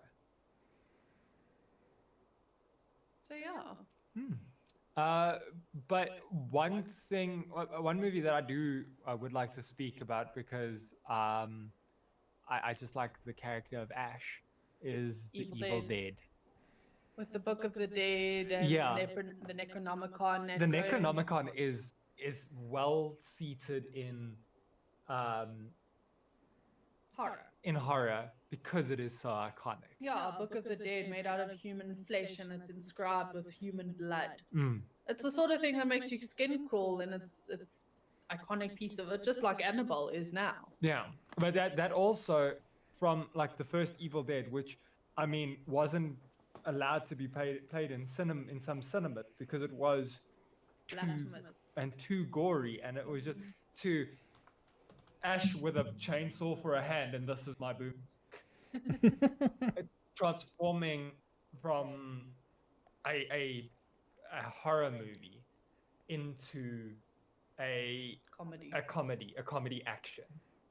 And I mean that's another one that really brought horror out of this niche little only the creeps go and watch this to a much broader audience. The same way that having Jason or Freddy go after these teenagers got teenagers to go, okay, let me go and see this movie. It's like you're able to relate to the characters. Yes.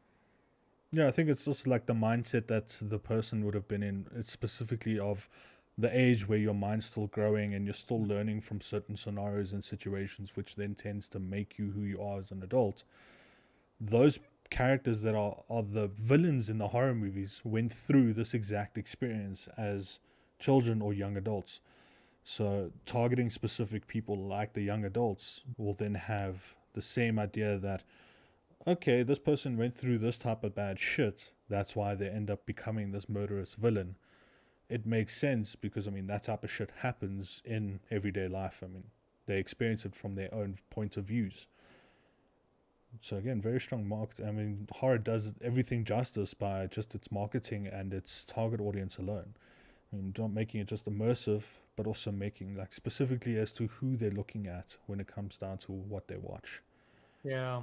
But one thing that Steph had mentioned is like Italian horror. So to most people, horror is, the big budget American stuff. Like we've said, the Conjurings and Annabelle and the Nun and stuff like that.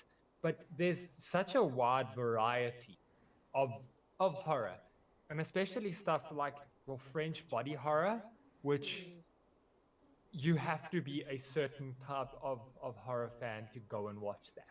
But And the Italian horror and even the Japanese stuff is truly, and that's where like the body horror, more specifically, is they're so focused and tuned in on getting practical effects that look real. yeah, and I think it also stems from the history of the areas. I mean, I know Europe alone has tons to do with, paranormal situations or horrific situations. I mean, looking at the catacombs within Europe In alone, Paris. in Paris alone, is already something that they've obviously made many movies about, but obviously don't get the same love as we talk about like Annabelle and Conjuring.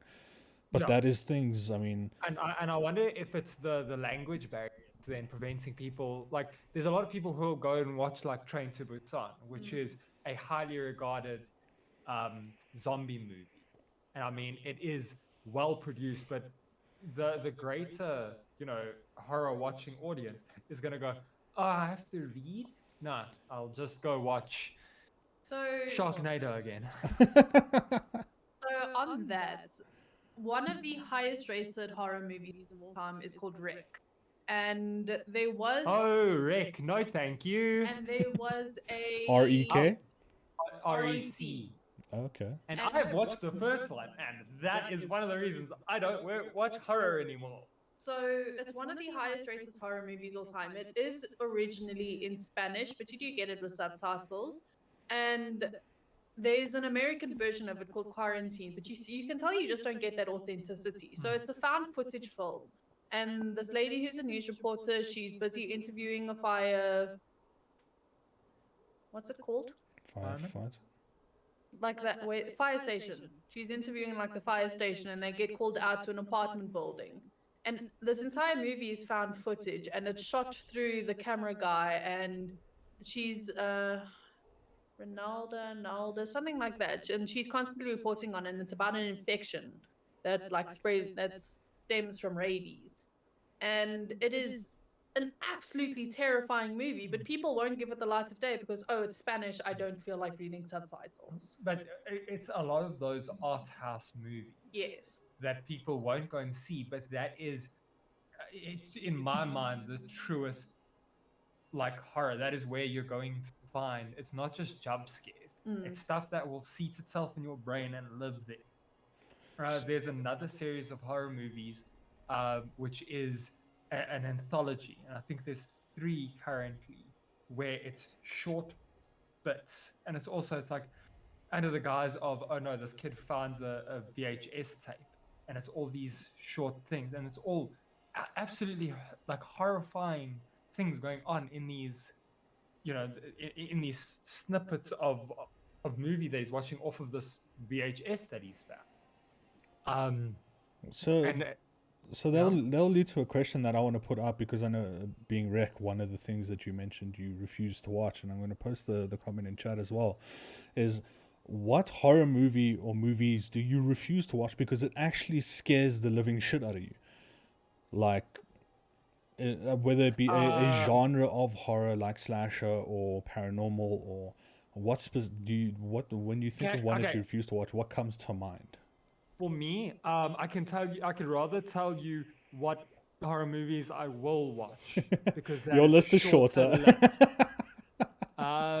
So we can just take slashers, and then everything else is under the do not watch.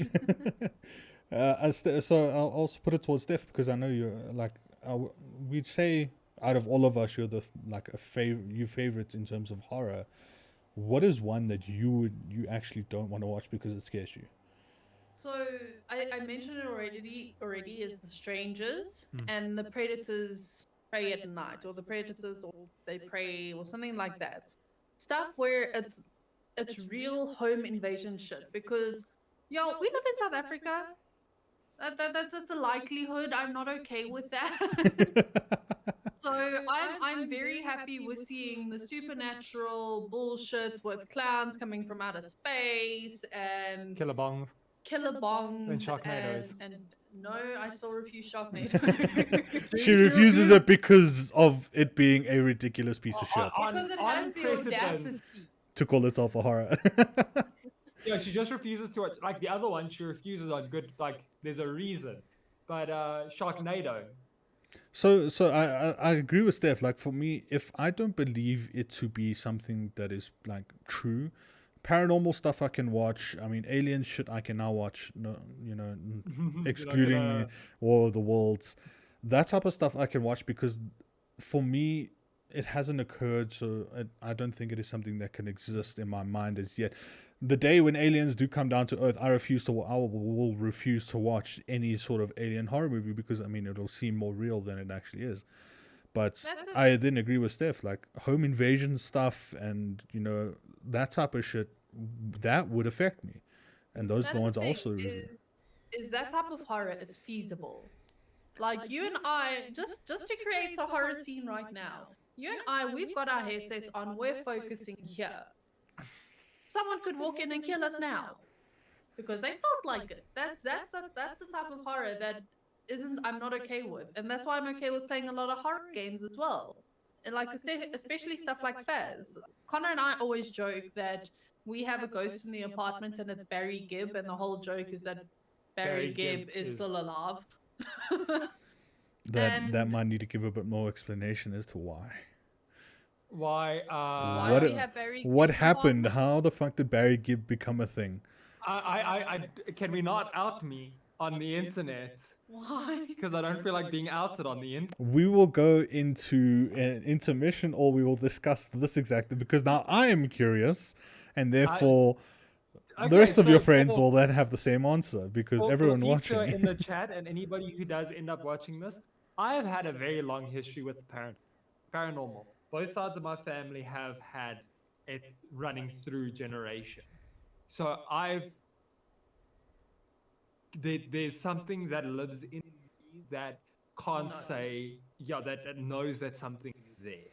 And I can't watch paranormal horror because of that, because that lives in my brain. So and if I can't get rid of it. if I was not, so the way the stream works is they obviously seeing themselves through a stream that I'm presenting to them through our chat. But if I didn't show you this chat to you right now, and out of nowhere your door was closed and started swinging open on its own, and your cats, they were visibly, like, visible in the camera, and I had to say, Connor, whatever you do, don't turn around. There's something behind you. That would scare the fuck out of you. It would scare the fuck out of me because I feel things, and like it's it's something that lives in my brain and I can't get rid of it. Yeah, so I've tried, so but it like doesn't happen. so that obviously it stems the difference between paranormal and exorcism. Exorcism is part of the paranormal, but I mean that's something bodying another thing that you can physically see occurring in front of you, whereas other paranormal, like ghosts and spirits and stuff like that, then don't take a physical form, but they manage to do things around you and affect you in a manner that hurts a lot closer than something that you can see. Going from what horrors do people refuse to watch to Laura saying El Afronato or something with kids being creepy. Yes, definitely agree. If I hear another, the orphan. yeah, so if any kid That's- starts doing that fucking laugh that always appears in any horror movie about kids, yeah, that fucking thing, I agree. I would shit my pants. Keegan talking about, he remember he used to be terrified of Samara from The Ring when he was very young. It kept him kept him up in bed for a good long while. Yeah, again, the target audience being the younger kids or the early teens, But I mean, it affects them a lot harder. The Ring was another one. That's a Japanese horror, Yes. and it shows how scary the the other cultures can be. That moment Thank you when for that, both Keegan. are the cats and I was staring at it again. We were actually, it was part of the one stream we had when Steph had walked out into the darkness wearing a black hoodie and then comes back with the headset that you can see shines bright like a fucking diamond, and they were red at the moment that you walk through. So I just saw these red eyes come into this, like, from the frame, and that, yes, I mean, it's something physical that would scare the shit out of me. So, like, it's ridiculous small things. Talora says, I speak about the man in the grey suit that I've seen my entire life, and it's a whole thing. It's that I'm glad I'm not alone. It's that whole thing of, it's something that you don't know whether you believe it to be true. It's difficult to tell others that it's true because they don't see what you're talking about or ever see it, but it's something that appears again and again. And yeah, no. I think the more physical type of stuff is a lot scarier than the invisible shit. The whole reason, so I don't get affected by that as frequently, and I feel like at this point in my life I would have encountered something like that, if that makes sense. Yeah, That's why it doesn't bug me. yeah, like Like that's. I can Sorry, that's Yeah. why I agree with you. Like, talk about the whole aliens thing. For me, it's paranormal as well because I haven't experienced paranormal stuff as opposed to like Connor has. So the paranormal movies like that could affect him more. But for instance, if I had dealt with or seen or been involved of anything along the lines of a exorcism or an alien introduction of some sort, those then become a lot scarier than what other people perceive. I saw a shirt that I really want, which is like your typical saucer, like alien saucer abducting an alien, and it says, "Ask me about my butthole." And now I want that. I think like, again, the whole alien thing then goes to shit where they continuously refer to a cow being abducted by aliens, and how scary it must be. It's like, which one of your cows was stolen? Because how much information are you going to gain from a cow? It then throws that whole idea for me out of the window. No, like a lot of the. you get more information from a banana because we share like 70% of our DNA with bananas. No, but bananas don't have buttholes. Yet. Look, for like the sci-fi stuff, I can do like your Alien or your Predator. Yeah. But it's when the sci-fi stuff like splat. and Creepy. it gets not into the creepy, but it gets into the gore. Yeah. I Like, think look, when it also gets into the genetic possibility, where they create something out of what seems to be nothing. They created a life form that no one's ever really dealt with, and then they make a movie about it. Like, yeah, no, thank you. Because again, yeah. I think the possibility of it happening is what scares the most. To Laura and chat saying the paranormal history in my family is weird and specific, and everyone has these experiences that can't be explained. So I'm a full-on believer. That or I'm crazy. A solid possibility. I say nothing. Splice is still the weirdest thing I've ever seen. Agreed. Yeah, so that was fucking weird. So the sci-fi stuff that, look, I can deal with horror, as long as it's over the top and kind of ridiculous. But like I've seen the shots from the latest Texas Chainsaw Massacre, and that's a little too real for me. Yeah, I'm not a big fan of the Texas Chainsaw Massacres. I'm not a huge fan of the excessive gore. That being said, I still thought the Bread Slicer Killer in Fear Street was like one of the coolest things I've ever seen. So, I can do fantasy. Like, I know the Green Knight is supposed to be horror, I think. And I can deal with like fantasy horror and sci-fi horror as long as there's no excessive realistic gore. But that's just because I then feel ill. I think something I missed is when I talk about a villain or a horror character that comes to mind for me would have been Rob Zombie's creation in Halloween. But that's obviously because being a fan of Rob Zombie himself, then obviously the films and that it gets into. Also, fun fact, did you know Rob Zombie was in Guardians of the Galaxy? he was. He was? He was. I will find the name of the character he played. Taser face. I fucking know. I wish, because it would have been a lot funnier.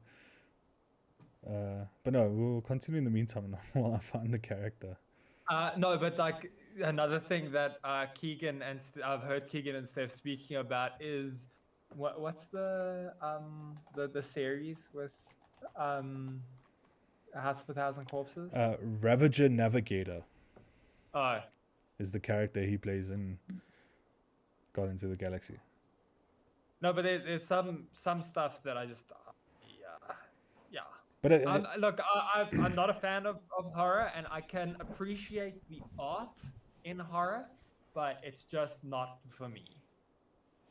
So I think it's the Devil's Rejects things series. Yeah, because it's the Devil's Rejects, House of a Thousand Corpses, and 3 on something. 3 on Hell. 3 from Hell. He's got Halloween 2, Lords of Salem, 31. Based from 2016, which seems to be some form of clown-based period piece from the set 1976. The film is about carnies who are kidnapped by a gang of clowns and they're called the Heads. And the carnies are forced to play a survival game sort of thing. I know Keegan likes Rob Zombie's darker stuff. No, I definitely do. But yeah, no, look, I appreciate that there is art in horror, but it's just not for me. And that's okay. But I love horror literature. Damn, I love me some horror literature. Again, Oh yeah, no. I've been called at 2 a.m. after you got too scared reading. Oh yeah, when Steph and I started dating, I was reading Salem's Lot, and I got to a particularly intense section in the book. And at that point, because my parents' house is across from a field, And your parents' house is haunted. and my parents' house is haunted, there were rats in the ceiling. I And they slept there. decided that they wanted to fuck. So I'm chilling What, the in rats? bed at 2 o'clock, reading, and I'm like, my head is in this book. I think I'm, like, I think deep in it. I think a bit of detail needs to be given as to who was doing the fucking. Oh, the rats. Okay, thank you. Let's just make sure that we're talking about the rats here, because that's a different type of horror. No one wants to be scared with. And these rats start making a noise, And I'm sitting here reading this book, immediately on this phone to Steph. I'm like, So oh. another thing is, it's more than just movies, series, literature, and stuff like that. It's actually like horror games, not physical games that you play on a device, but things that you do in person. Like we just spoke about Candyman. We're talking about Bloody Mary, when you go into a bathroom, say her name 3 times, especially at midnight for some reason. Another one was when you try and speak. Now, this was like a more of a paranormal thing. My cousin and I, when we were very young, we tried to speak to an uncle of ours who had passed.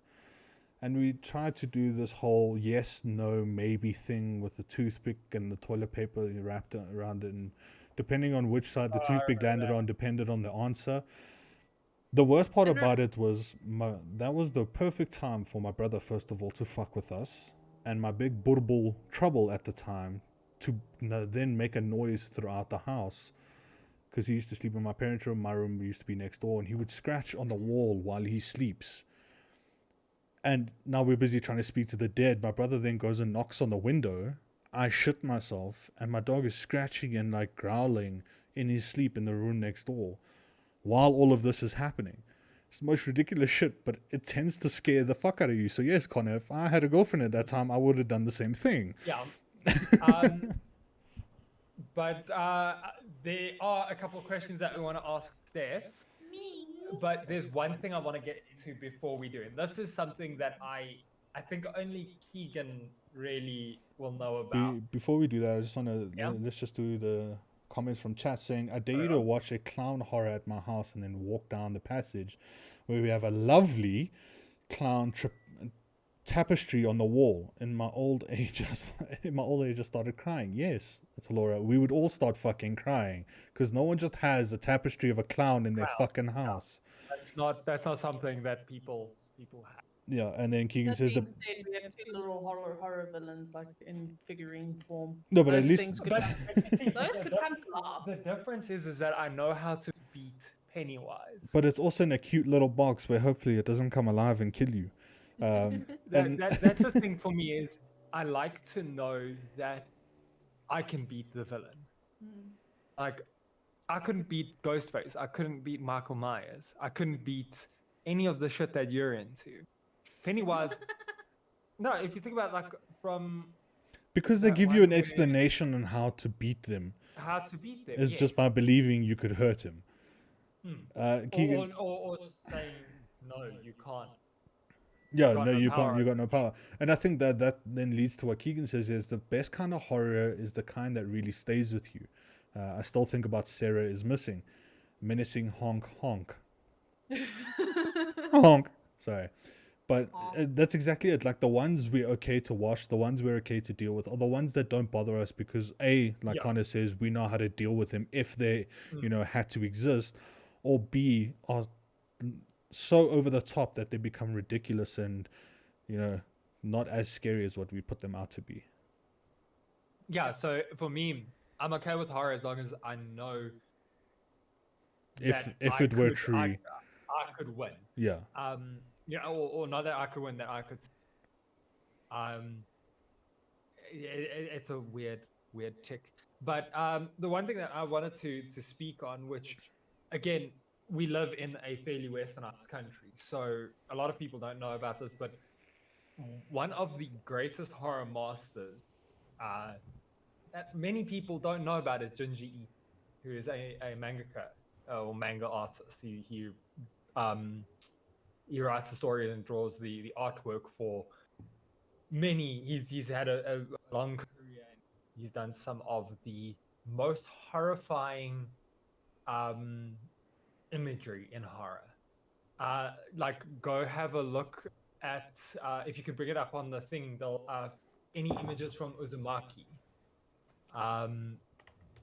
There's some stuff there that is truly horrifying, but he knows how to do horror.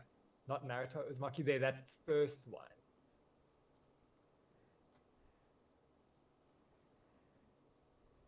You see stuff like that. And again, I love manga. Manga to me is still literature, so I love Junji Ito stuff. It's really really good. And it's also Uh, the type of thing that burn an image into your your memory. head. That Yes. when you blink, whether you close your eyes to go to sleep at night, these are the things that never leave Yeah. your mind.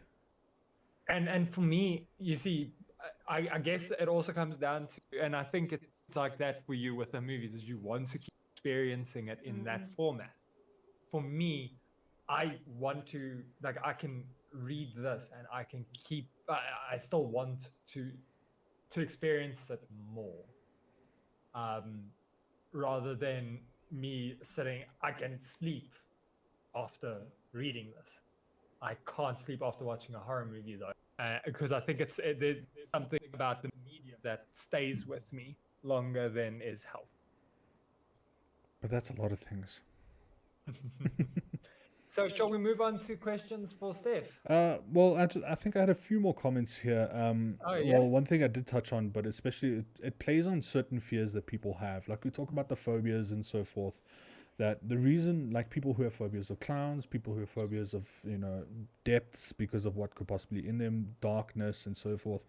That's where horror gets its best renditions of its storytelling, is when it plays on those fears. The people that aren't afraid of clowns can go watch it without it ever being an issue. Those who do would have a hard time doing so. Walla Blackleg says it works. Ito. Ito's work revolves around creatures and force completely beyond the human understanding of his characters. You know how to beat a werewolf, but do you know how to beat the concept of a spiral? And it's exactly that. And then that also like leads on to my next comment. Is a lot of fantasy creations or stories like Dracula and the first werewolf and stuff like that then get turned into these like horror films and stuff like that. So again, not just stories but fantasy tales of fantasy tend to thrive in horror movies because they either are ridiculous or they manage to scare people for a certain point of view, and they actually put fear into people.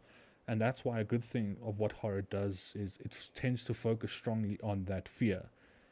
Like if you have a fear of breakings, it will focus only on that. One that jumps around from paranormal to breakings to aliens to this or that, it loses its touch.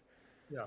But luckily, a lot of the bigger horrors that people know about or are actually afraid of tend to focus heavily on such stuff like that. But yeah, then we move into questions. I think it's for Steph, but also things that I'd like to us also answer if we have a chance. Yeah. But for Steph, so for those who, like Connor, are afraid of horrors, how I'm do not afraid of horrors, but I'm afraid of what's in there. afraid of what's in the horrors? How do you get into the genre? How do you get into the not necessarily the loving, but the understanding of a horror film and trying to find an enjoyable aspect out of it? I think the biggest thing at the end of the day is you have to sort of remember that it's a piece of fiction. 9 times out of 10, when a horror movie says based on a true story, it's like a crime report from the 1960s that had the same name as the person in the movie. It's got absolutely nothing to do with what's based in real Or life. again, I guess it's because I've got a bit of a thing against the Warrens, but there was apparently a haunting, and the Warrens really liked money, so they went to Enfield, they went to Amityville, they did all this stuff to try and get money. And also, you don't have to jump head first into the deep end. You don't have to go straight for movies like your body horrors like Society or Texas Chainsaw Massacre. If you start out with your smaller things, like a big production company at the moment is Blumhouse Productions. And Blumhouse are the people that do Paranormal Activity and The Conjuring and The Nun. But they also do smaller movies like Truth or Dare with Lucy Hale The and fucking Countdown smiles. and Countdown, where like you download an app on your phone and then counts down to when you're gonna die. And then there's the Black Christmas remake, which was done about 2018 or 2019 or so. It's finding the smaller horror movies that sort of have like a PG-13 rating, because you sort of have to give into the fact that look, you're gonna get scared, but that's the fun of it. You're going to like, I think that because I see where you're going with that. Thank you.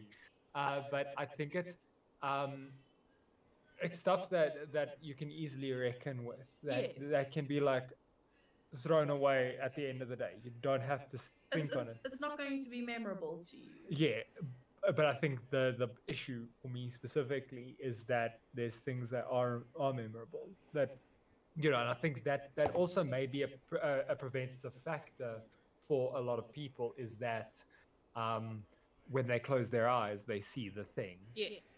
And I think another one that people should definitely stay away from would definitely be Final Destination, because that's feared us in I every think manner. Final Destination is just a teachable moment. Look, again with it's the same thing as Saw, wherein the first one wasn't that bad. The first one, sure, it had some fantastical deaths like the sun bear. No, that was the third one. I think it was. I I think can't it. even remember I think them. wasn't that the one with the laser eye surgery? That was the. That was later on. That was Fucking later hell. on, yeah. I think But- so. I think a lot of them, if you're going to enjoy horror, try and tend towards the one that you believe would exist the least. You believe that the possibility of this ever happening or occurring is the less likely of any of the other options. Kind of start there. So for me it's like Alien, which is Yeah. what's his name? Who created Alien? Ridley Scott. Ridley Scott. He he did a fantastic job with showing these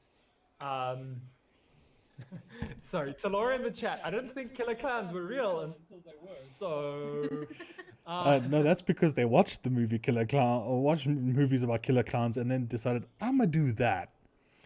So like Alien or Predator, where Predator's more of an action, but Alien was styled as a true horror movie because it was Ripley stuck in on the space station with these creatures who were faster and more brutal than humans were.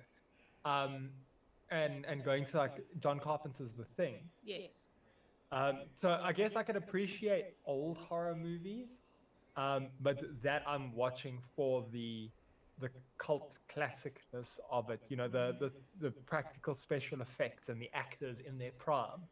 That's another thing as well, is you can very easily get into horror if you start at the very beginnings of horror. So you start with your classic Nightmare on Elm Street, you start with Friday the 13th, you do Halloween, you do these big films because you already know what's coming. You know it's going to be a guy in a hockey mask or a guy in an Inside Out William Shatner mask. Yeah. And because those movies aren't really that scary. Like they focus more on the really cool kills and the special effects work and stuff like that. It's really easy to get into the genre if you start out at stuff that is more PG-13, and like even you can even get into it by a series. Like another thing I'd suggest is Stranger Things, because that is a teen horror series. It's something that focuses on spooky and otherworldly. It's something that you could very easily just start watching and get into it and realize, okay, this isn't as bad. Being scared isn't too horrible, because it's the fear of being in fear. So then part of that question I'll post in chat as well is that, do you have any enjoyable horror recommendations for others? What would you, if you thought of one that you really enjoyed that you thought other people might enjoy, What's for your outside of obviously your favorite one, what would you suggest as an example of what you just spoke about?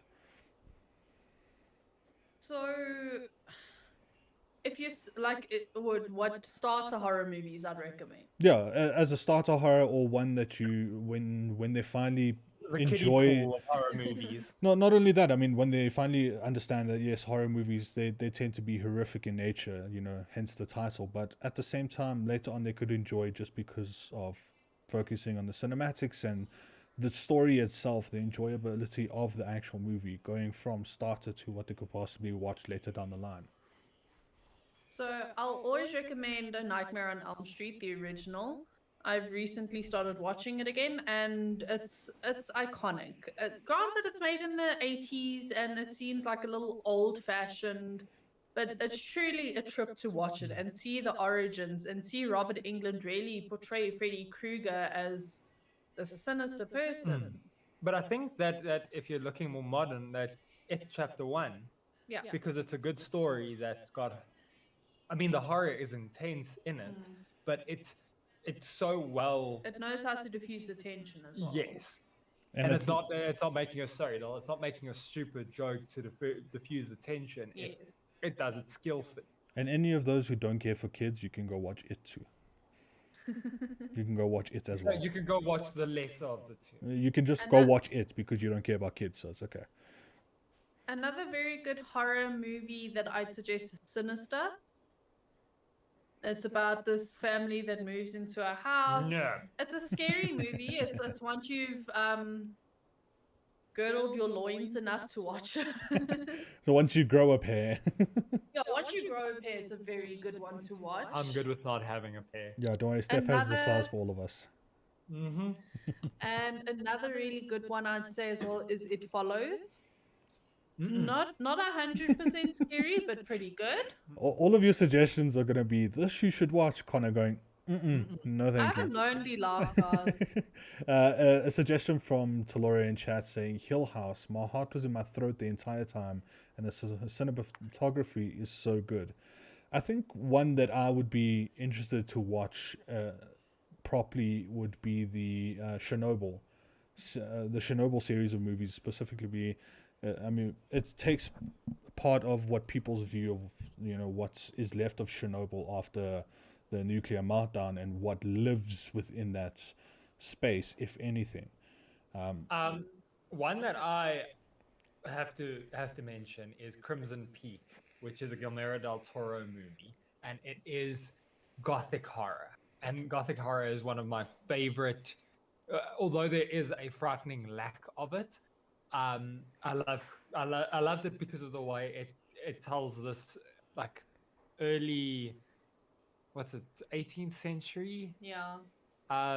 It's, but then again, ghosts. 1887 is when it is. 1887. But the way horror is handled in especially gothic horror is very specific, and the horror elements mean something on a deeper level, like heartbreak or unrequited love, stuff like that. But it's good, and I mean it's got Mia, what? How do you pronounce that? Wasikowska. From Alice in Wonderland, and Tom Hiddleston from Tom Hiddleston Tom Hiddleston being Tom Hiddleston in from, this from Tom the Hiddleston film. Loki cinematic universe. Connor's man boner. I think for me, depending on, I would suggest horror movies that have a comedic aspect to it, because it takes, yes, it's got that fear factor, it's got that you're gonna shit your pants at certain parts, but it also tries to rip on a lot of it, or it tries to make a joke out of it, especially being like Beetlejuice. I mean, at one point it's just a family who die and then they now become ghosts. They're living in this house, and then new family moves in, and now they start making them dance around the table. Yes, the cinematics about it could be quite scary if you're not used to that whole face stretch, eye and fingers thing, but you could enjoy it for the jokes and some of the ridiculousness that goes on within it. Though again, like something like Tucker and Dale versus Evil, Yeah. which is, again, it's a horror movie, but it's a comedy. It's the same as we were speaking earlier about Shaun of the Dead. I mean, even the name is a. Yeah. And I can appreciate comedy horrors So yeah, because I'm a big comedy fan, and having that diffusion of the tension, the same as in It, which isn't exactly a horror movie, but can skillfully diffuse the tension. You're not sitting on the edge of your seat. There are moments where you feel okay to sit back and just be like, okay, this is fine. Another one is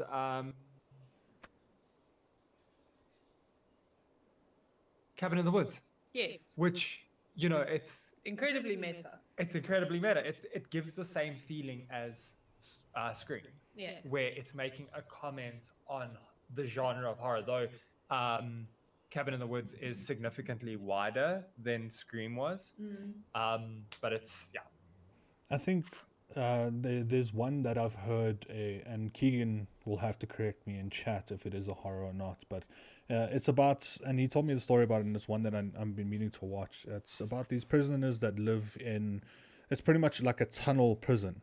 And the way they feed them is they provide food down this tunnel, but you take as much as you want, but you know for a fact that like as it goes further down, there's less and less for the people the lower down. Keegan's going to have to provide the name and correct me if it is a horror or not, but the way he described this sort of horror movie to me Your dad was telling us about this. sounds as well. extremely interesting, and I think there were side effects, or not necessarily side effects, but like reactions to your action sort of thing if you took too much and stuff like that. So a lot of it, like if it includes prison horrors and stuff like that, is a lot more easier to understand for those who obviously aren't in prison. But then I'll move on to questions that I put in chat, and I definitely want to know is what made you get into horror, and what age do you remember being introduced to horror, and what were you introduced with? So starting with Steph on that one. Langoliers? No. Okay, so my introduction to horror, like I said earlier, was really my parents that got me into it, and my family's love for Stephen King. So I think the first Stephen King movie I watched was, I think it was Pet Cemetery, Ooh, that's a rough one to start on. That's a or big maybe oof. or maybe Christine. I think for me, Christine is an easy one as well. I mean, it's about a car. No, I'm thinking of a different movie then. You're thinking of what was his first book?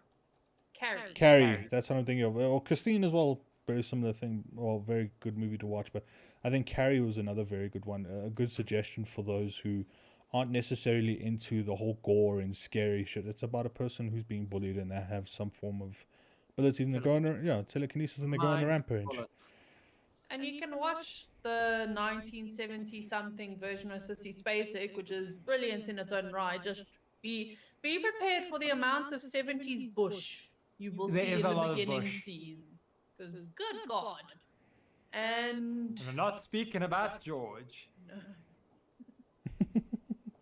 Do you remember what age you were introduced, or I think it was one of the early Stephen King, so it might have been Carrie or Christine or something like Something that. made in the 80s, 90s. Something made in the 70s, 80s, somewhere there. And I believe I was around about 7 or 8, somewhere there. Jesus? And I wonder if that's why you've I've sort of been desensitized to it. I know it. I love it. It's something that I accept and appreciate. So yeah, and I grew up in a different kind of household. a lovely Christian home. So, and do you think that's what made you get into horror, or is it, tending to read such things as Stephen King novels that then kind of, what made you get a passion for it? I think it's my exposure to the different media that is out there. And I've only really recently had a resurgence of horror. Like, I've always loved it and I've always appreciated it. And then But when I think you're looking at with weird time glasses on. It's been about 2-3 years, my love. yeah. So it's not Well, recent. look, I will say that it started with It Chapter 1 when I saw that it was getting remade. And I thought to myself, like, fuck, I remember watching Tim Curry fuck around in that clown costume and it scared the shit out of me. And I can't wait to see what they do with it now. And after that, I started appreciating more and more of horror. And look, I'll name drop, like, the biggest thing that's got me back into horror is Dead Meats. It's a YouTube channel wherein James A. Janice and his fiancee Chelsea, they do kill counts and they do podcasts and they do like interviews and stuff like that. And it really made me appreciate it so much more. Like, I'll hear that James is doing a kill count of a movie and I'll be like, oh shit, I need to go watch that movie. Mm. And sort of Oh, like another see if there's maybe things they picked up on that you might have missed. Yeah, absolutely. And just the way he does it. So it's sort of the kill count sort of desensitizes me to what I can expect because I'm one of those people where I don't mind spoilers. I'm sorry for that. I'm just Spoilers. one of those people. And the fact that I can enjoy it through his lens and understand like all the work that actually went into this movie, it's phenomenal. Like It's, Killabong. Then I also put the okay, not obviously in saying you're not really into horror, kind of, but what age do you remember being introduced to horror, and what were you introduced with? For me, my early introduction was slasher films. So your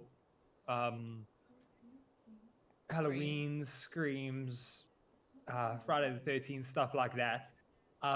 But I tended to read more horror, and because Stephen King is as prolific as he is, it's not difficult um, find these books. to find his books. So like I remember going to the library when I was still in high school, like grade 8, 9, and grabbing a stack of books and wedging a Stephen King in the middle of them. So it would So be you'd like be okay. all this like fantasy stuff, and then there's Stephen King is somewhere in there.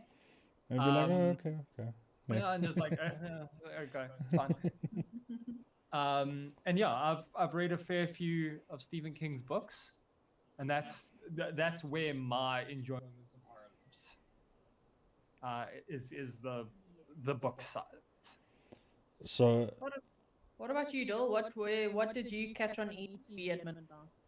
well, ETV with the volume down, sort of thing. No, for me, the love of horror or the appreciation of horror came a lot more when outside of the stupid shit that scared me, you know, like War of the Worlds and all of that crap. But it came down to a lot of the Saw movies, as well as the paranormal movies, where for me, paranormal wasn't a thing to really worry about. I mean, for those who have obviously dealt with it, it's a different story. For me, I haven't, so seeing that type of stuff again, didn't necessarily believe in it, so watching it on movie, it was interesting to see, you know, people's take on certain things and the different adaptations of such things. So I think that's sort of it. I mean, going also like in Constantine, where you view it from the exorcist's point of view and not the person being exorcised. You know, it's the different takes on the different types of genres and films that make it interesting. But so the final question, I know it's sort of one that we've done now, but whether people know a lot about horrors, whether people don't know a lot about horrors, whether they're good, they're bad, they're downright stupid, and Connor, you cannot recommend Sharknado or Killer Bomb or Piranha 3D, any D, any amount of fucking Ds. Double D. All of the Ds. What is a horror movie that you would suggest because of all aspects that was extremely well done, well written, well, produced, anything like that others can go enjoy? Whether it could just be a book, it could be a series, a movie.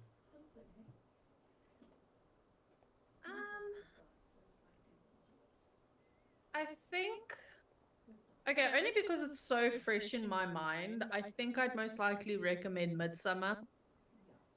But it's not an easy watch. It is an absolutely beautiful movie. The colors in it are stunning, and it's not your atypical horror movie because it is so bright, but it is amazing. It's fantastic. I'd recommend it to high heaven because the director is Ari Aster, and he also did Hereditary with Toni Collette, and both of those movies are insane experiences. So I'd recommend that. And for yourself, Con? Slumber Party Massacre 2. Slumber Party Massacre 2. You can skip them. Well, what's that other one? The Babysitter. The Babysitter's pretty good. That's like a It's another good. slasher. It's another good starter horror movie. Yeah. Killer Clowns from Outer Space.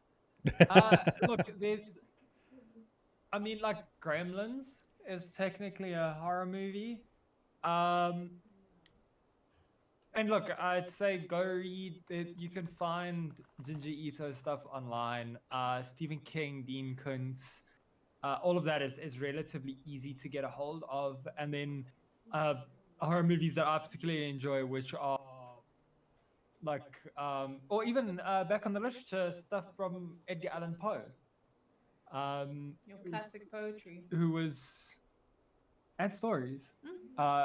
You know, a classic, wasn't quite horror, but it was gothic back then. But as far as movies go, I would say go watch It or Crimson Peak, any of the stuff that I've mentioned throughout the episode. Yeah. Oh, another good one is The New Invisible Man with Elizabeth Moss. Brilliant movie. Yeah, Invisible Man was actually a very good one. Also the Ginger Dead Man. Are you just Googling a whole bunch of weird shit? I'm only naming ones that I've seen or know about. And then also Evil Dead and Shaun of the Evil Dead. Dead 2 and Shaun of the Dead. Well, the Shaun whole of the Dead is Cornetto trilogy, absolutely- because it's fucking amazing. And Dole, what recommendation do you have? For me, there's a movie I watched. Actually, it came out quite around the time my wife and I got together. It's called Life. About a space crew that find life on Mars or some form of living organism. They bring it into their ship and it actually starts killing everybody. I thought it was well done. It's got Ryan Reynolds, quite a few actors in it actually. Noticeable actors. Let me put it Another that one way. that I guess you could frame as horror is Cloverfield, but the original Cloverfield. It's got Ryan Reynolds, Jake Gyllenhaal, Rebecca Ferguson, and Hiroki Sanada in it. Again, top crew of actors and actresses. Definitely one I would suggest. So I think before ending, any final thoughts? Horror's not that bad. Horror is that bad. It's really not. I think that touches on like there's horror for everyone. There's different subgenres of horror that other people could enjoy. So don't think of horror as this one set aspect of it's going to scare the shit out of you. You could find some horror like Steph that actually intrigues you. So stay away from what you horror offer. movie is Scary Stories to Tell in the Dark. The movie adaptation. It's also a fun one. Yeah. What was that one with the ice cream man? It's grenadine. Ice cream treats. What was that? I think it's ice cream. And then Leprechaun. Oh, fucking hell. You can never play fucking super fight against you fuckers if you get Leprechaun anymore. But yeah, I think that's the end of the episode. Thank you so much, everybody, for joining in. Big thanks to everyone in chat. Again, another very happy, very amazing inclusion from chat tonight and different perspectives. So a big thank you to everyone. And a big thank you to our guest who sort of actually gave us an idea for this evening's episode. And she gave it to us a while back and we've been trying to find a way to do it, and now that we've managed to do it, I've enjoyed it. Also, 2 pages worth of notes in which we've written an accumulative 3 sentences. No, actually, like I put quite a bit into that, and I enjoyed I did as well. I enjoyed the concept, the idea, and I could see the passion that Steph has for horror, you know, being shown in the types of stuff that she spoke about, that she wrote about, that she asked us questions about as well. A big thank you, yes, a big thank you for joining us on our ridiculous podcast. Thank you for having me, and I hope I can be on another time that isn't just about horror. Definitely. Electric Boogaloo. Yeah, horror to the shocking Boogaloo. But The return of Stephanie. So for any of those who don't know Steph, would you like to tell them where they can find you, what you do, how fun you are? Yeah, I stream as well, little small time game streamer. You can find me at Steph_the_chef_. Yes. But Steph the Chef, if you search that, I'm on Instagram. I'm gonna just put it in the chat. Thank you. And you will see from time to time those who follow Absolute Buggery, like it's Absolute Bugger.